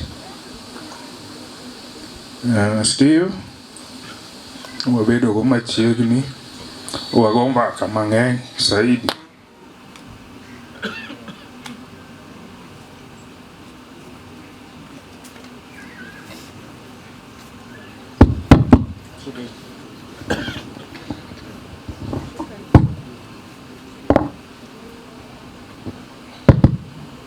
Wago mbaka mang'eny gi Steve. Ong'isa paro ma en godo, ambe nang'ise paro mane antiere go. To kendo wa support each other. Wawacho ni gik moko itimo atima mos mos. Chieng' moro ipo ma kichopo kamidware. Ne wa encourage each other. Though kako osewachi ka wuoyo nene tin, ambe wuoyo na tin ga seche moko. To koro seche moko ne amba chune achuna gi wuoyo. En ng'at ma bende en very brief, very straightforward. Kipenje gimoro to bro duoki direct to dok e shughuli ne manotimo cha. Kane en e ot gimano ohero ahinya kabisa ne en movie no watch mang'eny sana. Kendo ka koro gik seche moko mwaromo ni koro wadwa go mbaka kata gi cousins kama wan go machiegni, Ben gi Ronald, to nyalo gonu mbaka moro mar movie mano watch.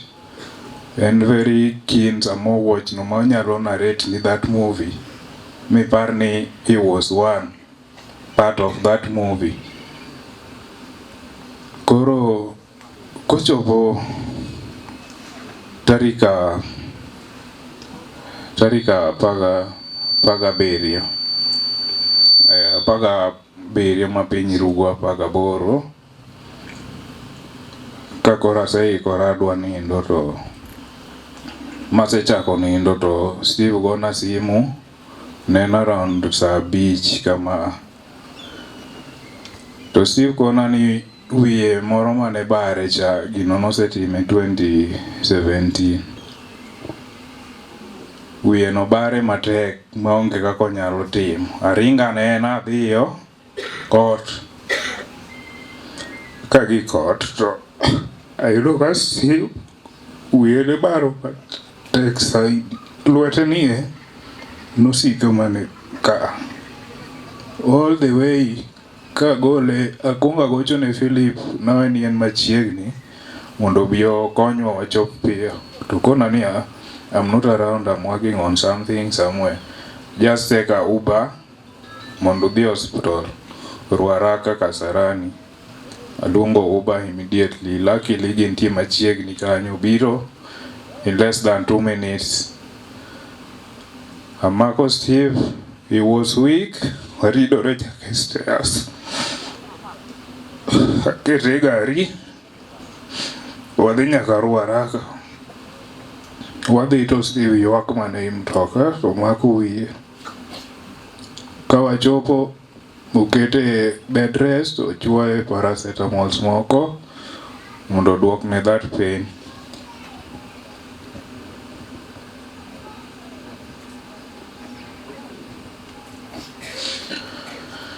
Kobedo maber to wabedo referred to German Medical Center Upper Hill. Achaka luongo Uber machielo oterwa kuno endo, wachopo wamiyogi referral letter moa Ruaraka cha, okonwa ni dhi tere CT scan. Wariti wagocho ne Sister June ni wasea Ruaraka, one German center, tidwaro kama. We request you kindly help us. No wuoyo gi Steve sechego eko. Nokonwa ni it's okay, tell them to continue. Wabet kanyo warito result no, omiwa results no wadok go kucho chonde Ruaraka. Wamiyo daktari mano koro gokinyi ka piny oseru saa 2. We didn't sleep that night. Luckily enough, kinyne ne ok adhi job, and if I was to report, I could have requested for some off due to that situation. Koro daktari owacho no dog after 5 days. Koro after 5 days gi agocho ne nasika penje ni to idhi nade kawuono. Okona ni entiere dho wiye to pod bare. Koro tiyo mana gi paracetamols mano omiye go eko.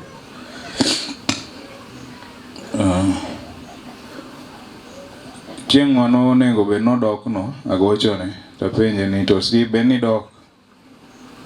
Dokona ni nodhi oneno daktari, but not at the same facility. Nodhi koro ir pharmacist margi mar kampuni, no refer to Nairobi hospital, kure manodhi. Koro kama dhe obiro to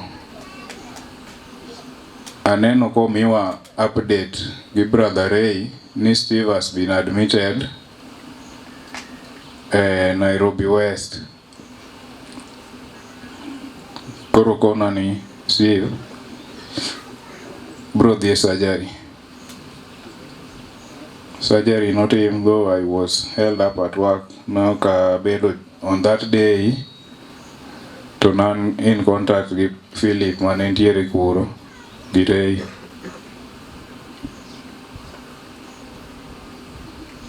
Koro nokona ni surgery to ne ber. Steve nowuok maber, mowuoyo kanyo, mogo mbaka gi ji, mokwae pi modho, momiye. Koro kachaka doga gone Philip simu chieng' Saturday, to Philip kona ni Steve nochako duoke theater. To nawinjo ka ambe nalinge simu matin. Giba nanye wacho notama denda nobuok, ambe nawinjo ka buok. Gima duoko Steve kende theater for the second time. Koro waringo nawani cousin Ben negi kuongo nabiro. Anabiro godhiambo. That time ne koro kanya nene. Naduogo on Sunday. Ray, Ben and Philip spent the whole night at the hospital. On Sunday manayudo abiro aneno Steve. Koro ma odhi ICU ni na job late, seche moko no kanya chopo, seche moko nanya chopo. Koro obedo nwa matek, obedo nwa malit kaka nyithindgi Steve achiel ni nyithindwa gi ok awinjo ng'ama obedo gi wach moro. Kaka iluonge ni Toto no, ne en Toto kuomwa ka, nwahere mang'eny kaka wan ni. Ok awinjo kuma ochwanyore gi ng'ato ni nitie wach moro, kata nodwokore gi ng'ato marach, nikech wachne tin. Ng'ama wuoyo mang'eny ema nyamwomore gi wach machwanyre gi wadgi, to en wachne ne tin. Koro kaka ang' oyud kaka ochwanyoru no onge. Mano nomiyo wahere malich kaka wan ni. Nyasaye mong'eyo kaka mar Steve odhi orumo, to orumo malit.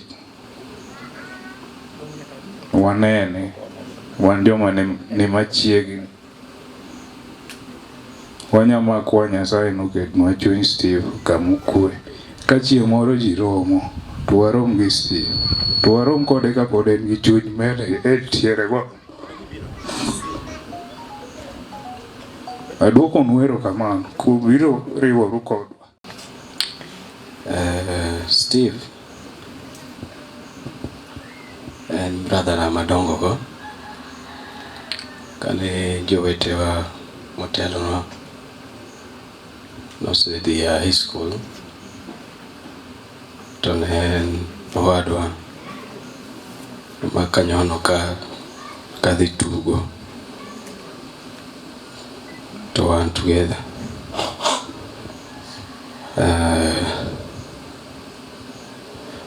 Tho ne ni tobuoga, kendo oduogo tho maweya gi memories mopogore gi his smiling nature. Ne en ng'ama ohero nyiero, ohero smile, to oduogo tho ka en gi rem. Ka pile kidhi nene to en ng'ama nigi rem.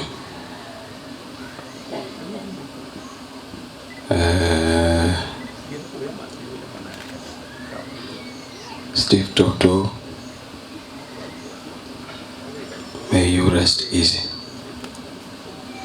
An yuor Steve. An ema ne an yuor Steve maduong' e odwa koni.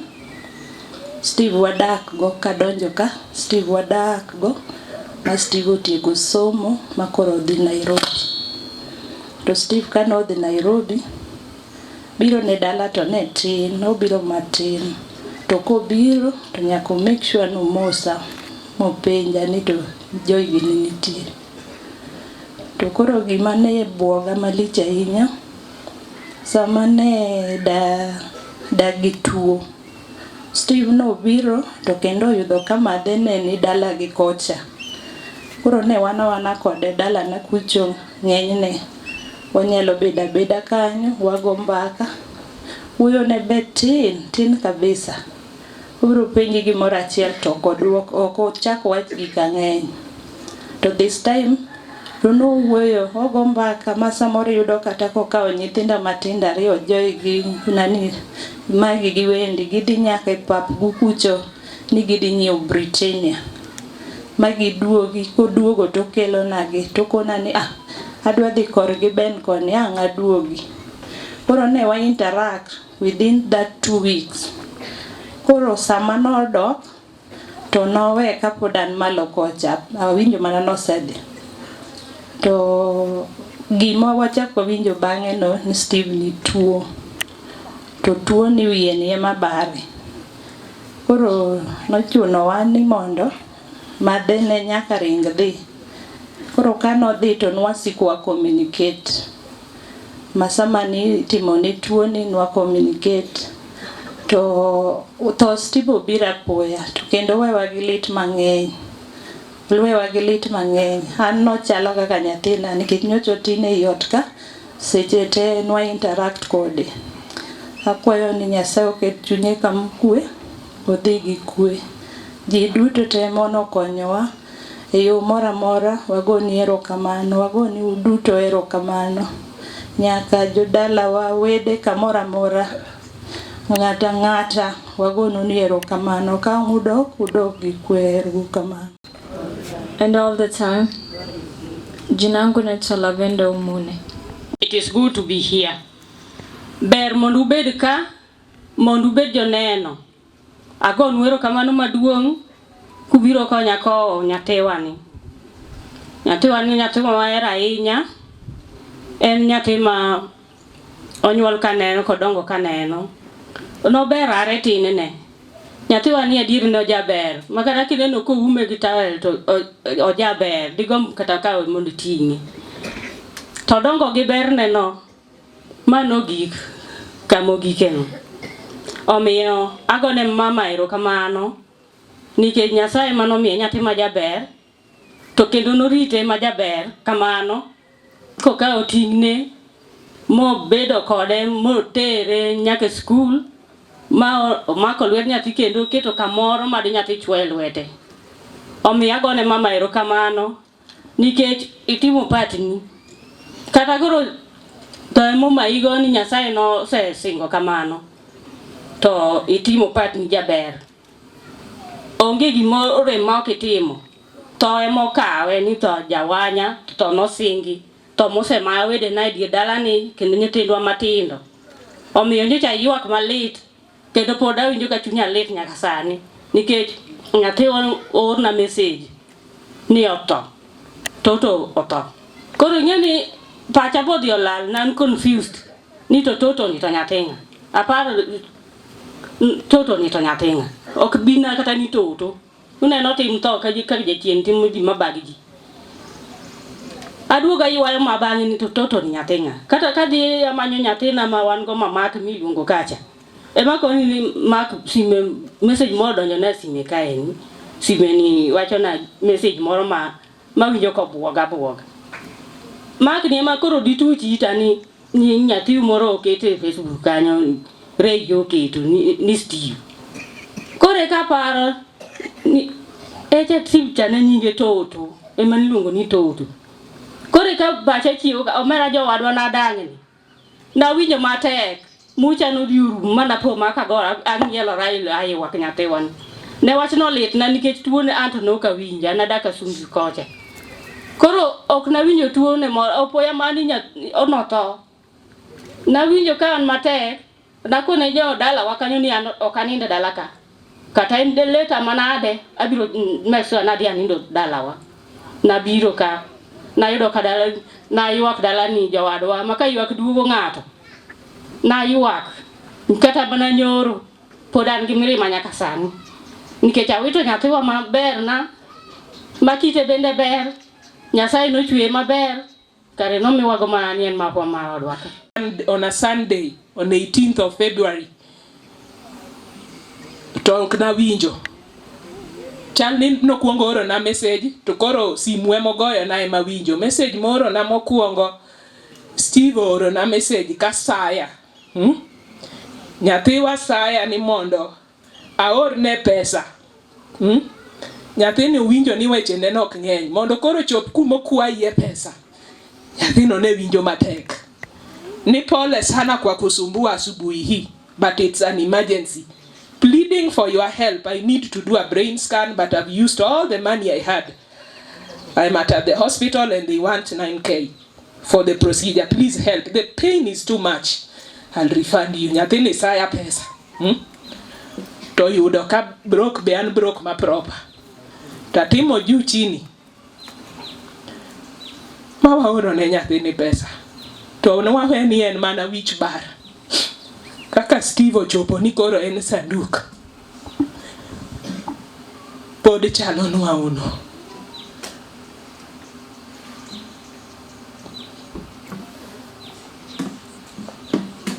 Miyo nyathiwa no to malit akuse winjeno. And blame game to nyal duoge. I'm sorry to say that. Waku understand what took place between the time our brother Steve had that surgery, and the time he was going back for a second surgery. We do not know. We still do not know up to this point. But we leave it all unto God. Myself, I profess Christ as my Savior, and I'm taught that we leave everything in His hands. We don't know what happened, but we want to thank you for making it here. Dhano mochopokate. Let me not forget to appreciate the nurse and the ADN group. Apparently, gimachiel mawalan etho Steve ni is community is important, and the nurse group, thank you so much for holding our hands and for showing your support to our brother. Let me not say much, but just thank you. May my brother's soul rest in peace. Amen. Oimore uruduto. An gi mirima mang'eny. Ok anyal wuoyo. To aduoko erokamano. I'm thanking everybody for the support that you've given us. Any kind of support that you've given unto us towards sending my brother, thank you. Angi jowa mawatiyo godo kendo jatenda nika agombo mana nigi fuanu. In the hymnal book, SDA hymnal book, there is song number 227. Does Jesus care? Agombo nukonya wero the first stanza ge chorus kende.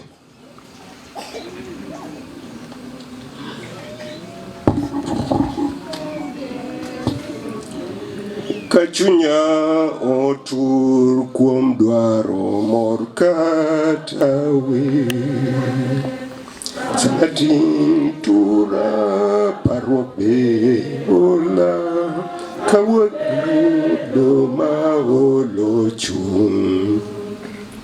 E orita malo adier kuyo namulo chunye.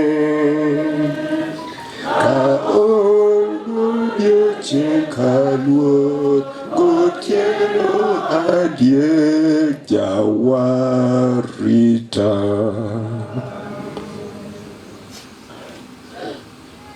E wach mar Steve, anyalo mana wacho gimoro achiel. Ne en tarik 1 dwe mar adek. It was a holiday ma wawuoye gi Steve. It was a Friday, to kaluwore gi kaka an gi kuma time kibarua an Homa Bay. Ka wuok Homa Bay on Friday kendo nabiro chon because it was a holiday. Kachopo dala, kapok abdonjo kata ot to Steve ogochona. To Steve onyisa mana ni brother,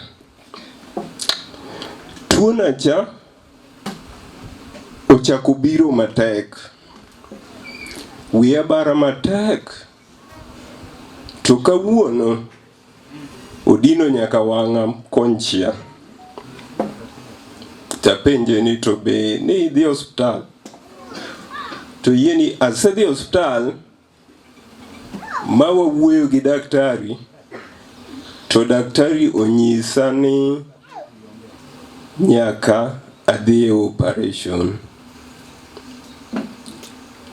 Kaluwore gi tests magisetimo and scans mosetim,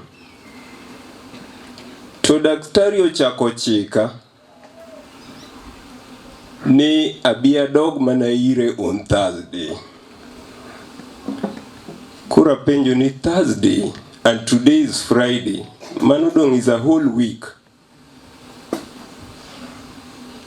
To kagini usebedo serious kama, ang'omo miyo chako chiwa whole week. Kaita wuok dala na kacha, abiro ir mama na odeka. Apenjo mama. Be usewuoyo gi Steve machiegni?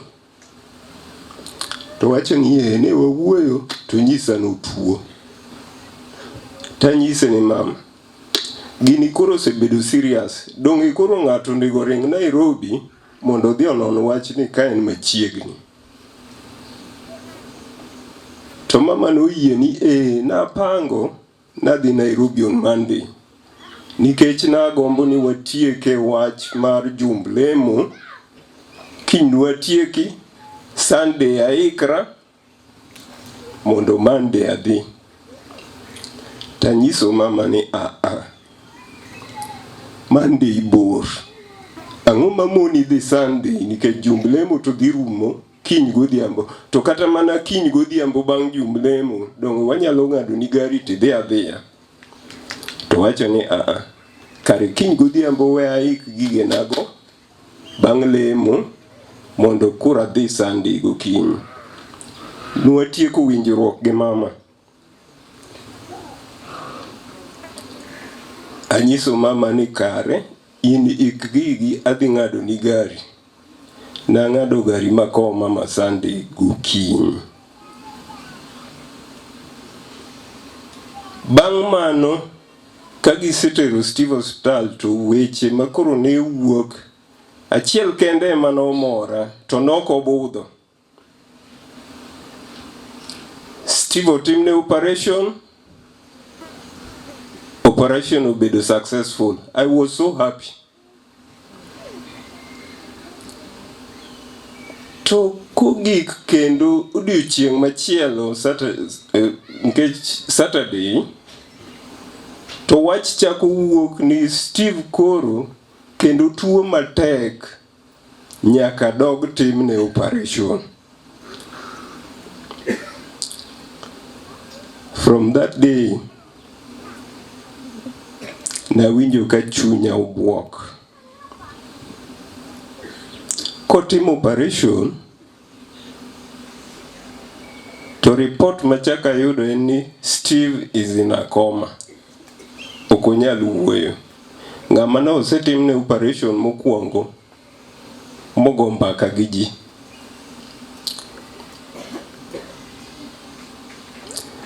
Kachaka winjo information machielo, awacho ni yes, ng'ato nyalo bedo in a coma to nyalo chier. Nitie joma osedhi e coma mochier, moduogo mobedo mangima. To bang' wachno information machielo chako biro ni daktari no wacho ni dwa romo gi mama saa 8. Kora aling' achiko ita kech mama bebe no kachandi na wuoyo mana go wetena gi relatives mamoko. Kora achiko ita ni to bende daktari no wuoyo gi mama.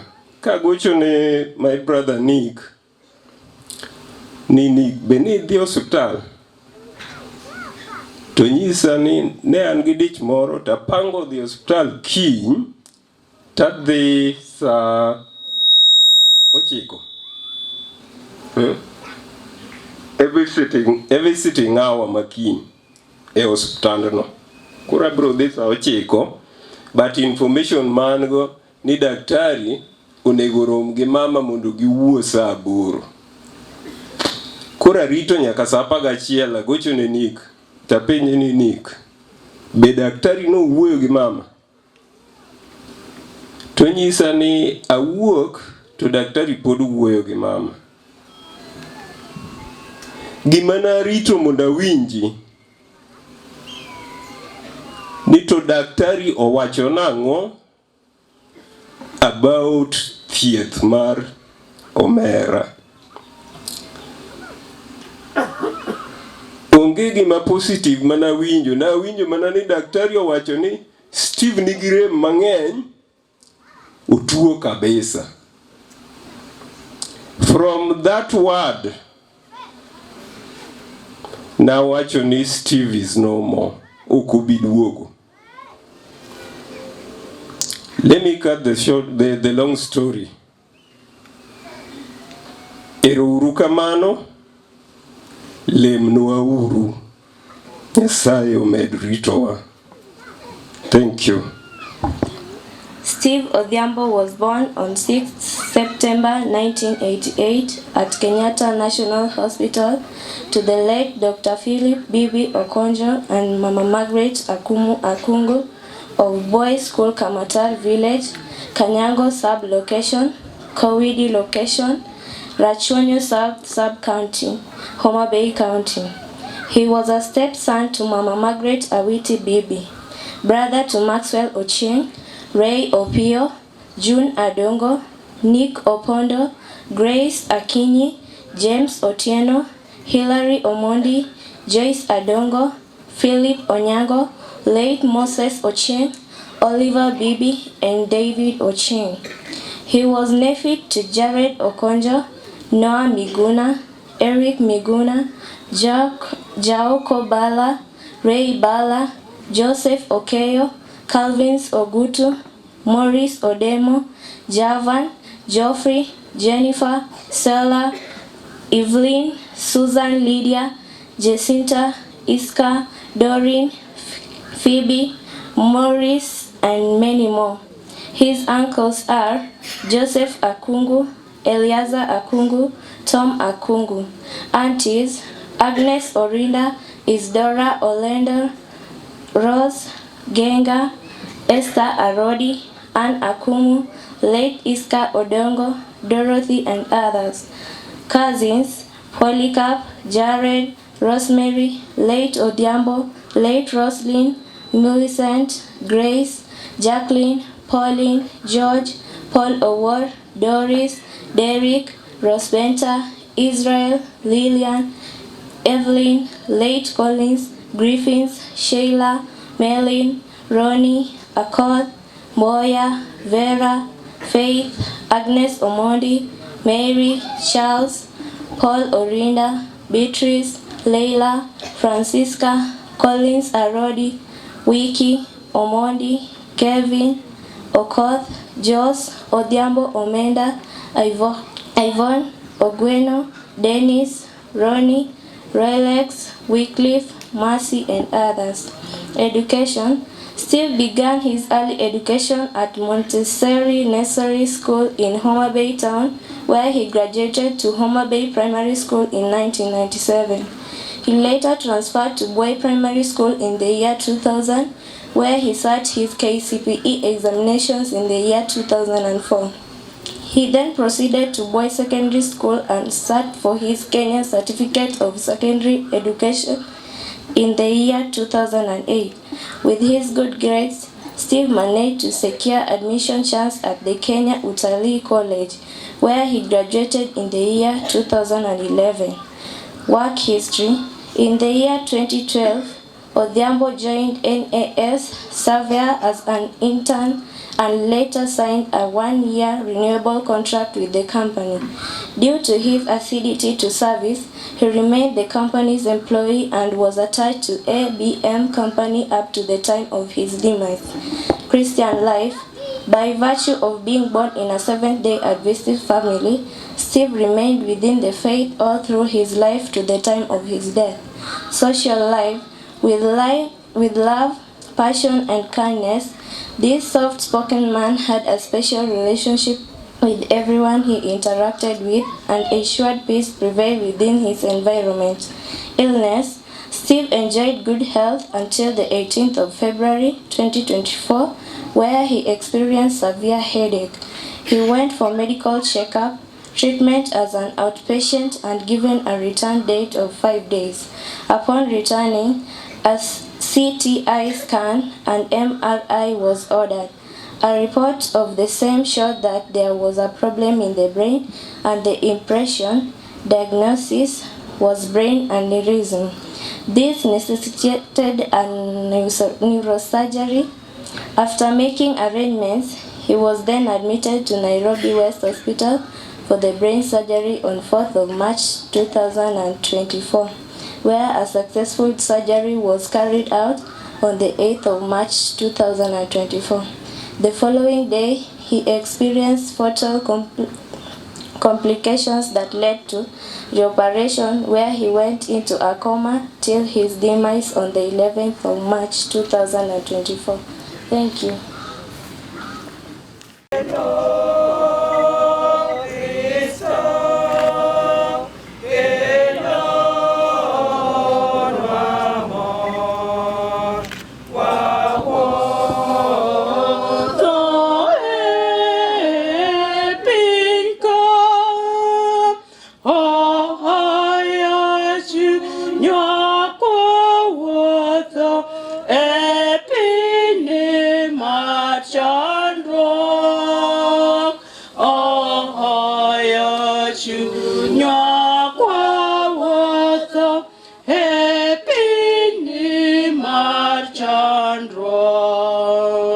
Kendo Nyasachwa mohero gi lala bawuoro maler wagoni ni erokamano. Chunywa odendi jawar kendo paki nikech yiemno ngima wabedie. Jaera ngima wani ok obedo kama ni wabeyo. Ngima wani ok obedo kama Nyasaye ni nitie gima ber mosetimo e nyimwa ng'iya Jehova. To bedo kama nikech ng'wono mitimo wagoni erokamano. Wabiro kawo oganda mar ang'olo mondo waku kod nyari. Ni wacho ndiko ni maler Nyasachwa ni ber mondo wabed kama kuyo nitie molo wabedo kama mor nitie. Dong mae Nyasaye momiyo wang'ado wach mondo wabi wachung' kod nyari ka. Ing'eyo nyari ni moloyo wuod Nyasaye osekalo ei pek. Wacho ni kata wakalo ei pek to wakal ka wan kodi ni to kuonde ma wakale go Jehova Nyasaye lokore thidhna kendo thidhna go biro miyo wayudie pi ma wanamodhi mang'ich makweyo chunywa. Hori gi nyari jawar ka nyari dhi wuoyo. Yoduokre piny mang'eny Jehova Nyasachwa titing'e malo. Bedo japidi kinde marabora Nyasaye tiyie mondo ikaw nyathi odogo nindi kapod ndalone nitie. Nyasaye mondo ka nyari dwa chung' mondo wuo sire kod badi mar ng'wono. Miye teko, pong'e kod teko maro maler mondo nyingi oyud duong' nikech akwayo ka yie nying Ruoth Yesu. Kristo, jodolo, wede kod osiepe, our friends from Nairobi, adwa nakaw thuoloni mar goyo ne Nyasaye erokamano kuom miya odiochieng' ma kawuononi kendo mondo achung' kawuoyo e wach nyathinani. Before I continue, I would like to know whether the ABM company and the nurse company are still there. May I see with a show of hands if you are still there, please? Thank you for those who have persevered to stay up to this moment. I want to say that Steve's death has brought a lot of pain in my life. It's a death which came when I was not expecting it at all. Because for somebody you have nursed, you would say, so-and-so is sick. He may be well or he may go. But for Steve's, it has taken me with a lot of surprise. I want to say that Steve came here in December. He was a man full of life, very jovial. I didn't know that he was bidding me goodbye. It is quite unfortunate that he had to go that way. His death, you have heard a lot from his brother who took him to the hospital. He has narrated everything. Maybe I can take it from where I picked it from. On 22nd, I called Steve and he told me, Mama, I'm having headache. In the year 2017, Steve had a very severe headache. That time, his eyes didn't close, but he had a swollen eye, just the same eye. He went to the hospital, was treated, scans were done, but it showed nothing. So he was given drugs, and Steve got better. 6 years back. Now this time, it came, and the eyelid was dropping. So this directed the doctors that there may be something wrong in the brain. They took the scans just the way the brother has said. And then on 29th, I called Steve again. Before I called him, in between here, I told him, I want to come and see you. Steve told me, Mama, there is nothing you are coming for. I'm doing well. And even people are so many here. They are with me all the time. There is no need. So when on 29th, I called him. He told me, Mama, today I went to see a doctor and I've been given a diagnosis. Diagnosis was brain aneurysm. And he told me the intervention is only through surgery. There is no drug which can treat me. Then I just reassured him, you will be okay. So just as his elder brother has said, I went to Nairobi on Sunday. When I went there, I found Steve and his brother Ray had a plan that they were going to seek a second opinion at Nairobi Hospital. So on Monday, I accompanied him. His brother joined us, and my in-law, Baba Eileen. I thank you for all that you have done unto us. The doctors there saw the scans and the MRI results. They said, this is brain aneurysm. Immediately they told us, this is a very delicate condition. He should not even be walking around on a wheelchair. Admission. We processed his cover, which was old mortuary. Then at the end of it in the evening, we are being told that Nairobi Hospital is not, it does not have a contract with the old mortuary. For that reason, they could not admit him without money. Because we had agreed that the doctor was going to be paid cash money, because even that the doctor was not contracted with the old mortuary people. NHIF, they don't use the ones for companies. They only use for civil servants and others. So Steve said, now Mama, I have a cover.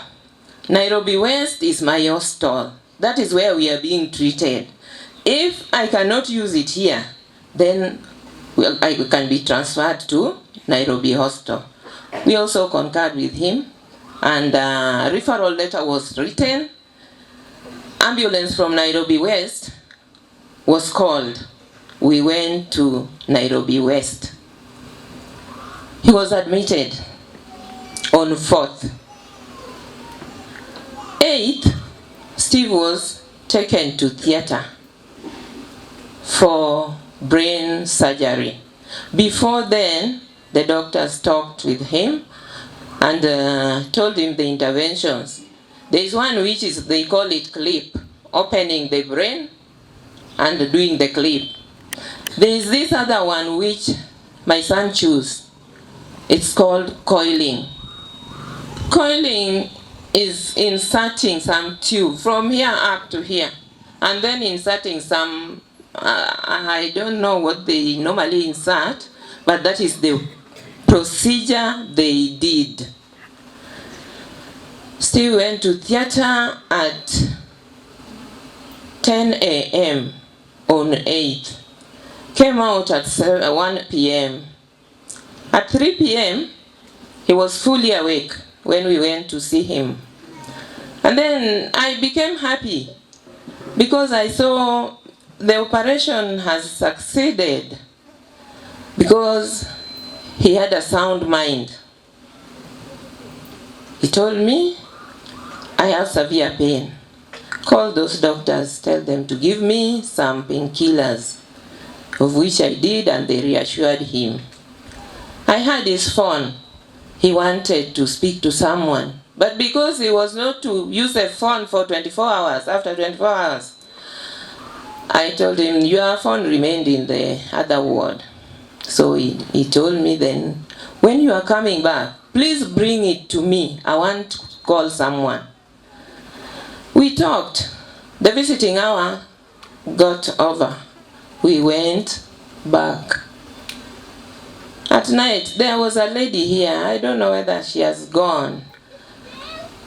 A lady working at Nairobi West. Are you still here? I think, oh, she was working at night. She's our relative. So I told her, you will check on Steve in the night. She checked, she told me he's doing well. Hata nimepata amewekea chakula hapa, I'm feeding him. In the morning, I told him, you will go in the morning before you go off. She went. The report she gave me was that Steve is here and I'm giving him tea, but he is confused. That is what I've found out here. He's just talking, making noise. Then I started being worried again. Now what has happened again? So at 9, I went to the hostel, pleaded with the watchman, and they gave me permission. I went to see him at 10 a.m. I found Steve was semi-conscious. He could not speak, he could not tell me anything.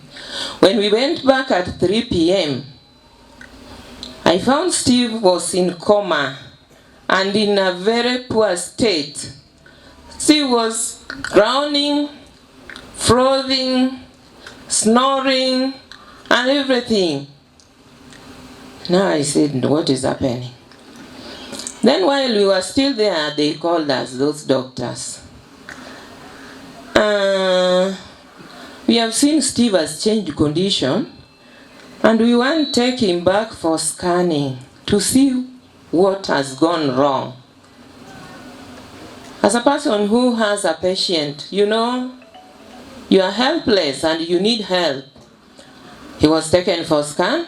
They came back, told us that they have found out that there is a blockage where there is a cerebral, where the cerebral fluid is coming out. So the cerebrum is full with the fluid. So they want to take him back to theater to release that pressure.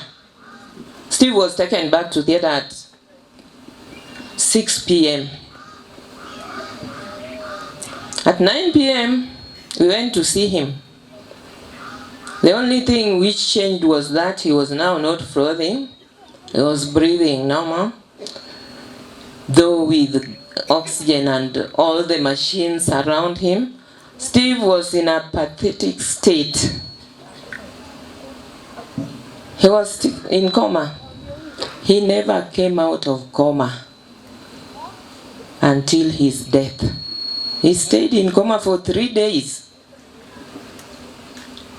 and died on Monday night. There is this issue of Steve is dead, Steve is not dead. They called us. Before calling me, they called a brother and told him, we want to see you at the hospital.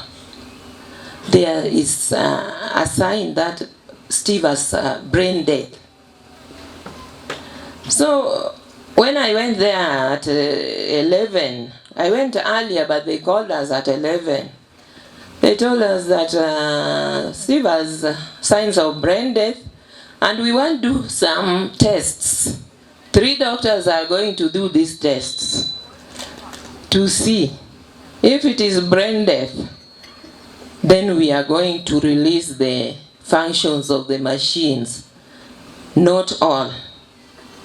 Now I was asking them, why releasing not all? Why don't you just release all? Because he is not going to come back. No, the heart is still beating. We cannot do that. They kept us there until 6 p.m. So we went there at 7 p.m. asking, now, give us way forward. To you people just go home, we'll call you. So how can you cry, mourn somebody at home here, up there, that person is still in the ward on oxygen, or with all the machines? It was so difficult. But I want to say that I don't know what happened. Whether it was the operation, whether it was the pain, whether it was that Steve had to die that time, that much I don't know. And I think I'll never get to know. That is how Steve died. Steve was a soft-spoken boy, just smiling. He didn't want anything that can hurt anybody. No, that one was not Steve. He liked peace around him. And even if you want to put him with some words, some issues, then he'll say, mama, wachana na hizo maneno. Huh? Just leave. I don't know. Even though outwardly I'm very strong, I wish I could remain strong inwardly. But I thank God. At this particular moment, I want to thank those people who worked with Steve, the Nairobi Airport Services. I want to take this opportunity to thank you for standing with us, for the support you gave us. Because Steve, for 7 days he stayed in the hospital. The bill was 1.6 million with some hundreds on top. We could have not raised it maybe. I also thank the cover which Steve had, because some covers has failed people, for honoring their promise. They paid for us the 1 million, which I sincerely appreciate them. I appreciate the Nairobi Airport Services for clearing the balance which remained, 400 and something. I thank you so much for that. May you continue doing that for those who are needy. The ABM company where Steve was attached to, they have gone. But I want to send to them this message that we really appreciated their help, their support, and their concern. We have appreciated them. May they continue the same. As I stand here, I know a vote of thanks are coming, but I have my own vote of thanks which I want to give to few people. I really want to thank the Boy SDA Church, especially the women ministry and Dorcas, and even the Christians. I thank you all for the support you've given me. I thank our pastor for being with me throughout this journey. Thank you. I want to thank those people, all of you, who have seen it wise to come and condole with us. People are busy, but see, here you are. Some have gone, some are still here. You are all seated. I thank you all for being with us today. I also want to thank you for your support, spiritual, financial, social. I thank you wherever you are. Whoever will see him, I thank him for standing with me. I want to thank Dr. Hila Francis. I didn't know he was here, but I've just seen him. Please just stand up and wave. Thank you so much, Dr. He's a good friend, a caring one. Thank you. I also want to thank the family of Joshua Amadi, Mr. and Mrs. I thank you so much. The family of Michael Kanyango, the family of Otieno Mwok, and many others. I cannot mention. You have done wonders, all of you. I thank you all. Even if I don't mention your name, please know that I've given my sincere thanks to you all. To my sisters, I know they have gone now. The Nightingale, Women of Virtue, they have walked with me a journey. I thank you all. Wasweta, ago nuero kamano for bedo koda. Useringe dalani, be useringo. Eruru kamano. Ubiro bende mang'eny. Kata moko sedhi. Eruru kamano. Ago erokamano mang'eny, jawa. Wawe kamano ni ago nuero kamano. The family of Obala. So jamachon. Eruru kamano. Nyasaye mondo bed kodu. Nyiminena maka kungu. Ago nuero kamano kuom tweruok koda. Nyithindwa duto. Nitie nyithindo manyaka mi a very special thanks. Nyithi Philip Bibi. All of you, wherever you are. Ago nuero kamano. Ago nuero kamano. An kana dhi Nairobi manadhilo. Oka wuothe mitoka matatu. Ka ok okelna Uber, Onyango oma, Oliver oma. Kamano, nyaka koro wachopo ka. Gima utimo, duong'. Bende agone nyithindwa duto, bende ne an gi shemeji na achiel kende mane ni e Nairobi kanyo manoyudo thuolo. Jaoko nani Ray Bala. You have done wonders. I don't know where you are. An gi nyithindwa makadel, mayawuoyi nyaka manyiri, akina Ben, Masi. Ago nuero kamano. Utiyo na tich maber. Nyasaye omedu miu tekono. Chieng' moro uchaku tim kama chielo kanitie need. Eruru kamana ahinya. Nitie nyathi jirani moro ka. Damian, just stand and wave. Erokamano. Maendi nyathi manodongo gi Steve in Nairobi, in Homa Bay. Iwa jirani and ne wadak nyake odgi. No winjo wacho chopo. Erokamano ahinya Damian. Ka okamano, beduru kung'eni ago erokamano maduong'. Nyasaye mondo telnu. Magitimo, it was so wonderful. Nurse Surveyor, the employer.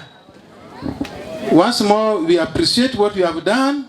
Wasewinjo kako wache kaendi, with the amount magitimo gibiro gi kaendi in full force. ABM Company, erukamano, magi grupe manwa Nairobi, Jonas kod ABM. Kod the Steve Odhiambo funeral contribution, manying ji nitie kanyo tanda wuoya, ki ine woti biro nene, kati nyalo kwayo siepni. Ageno kako timoni, kod arambe mano timo almost every day.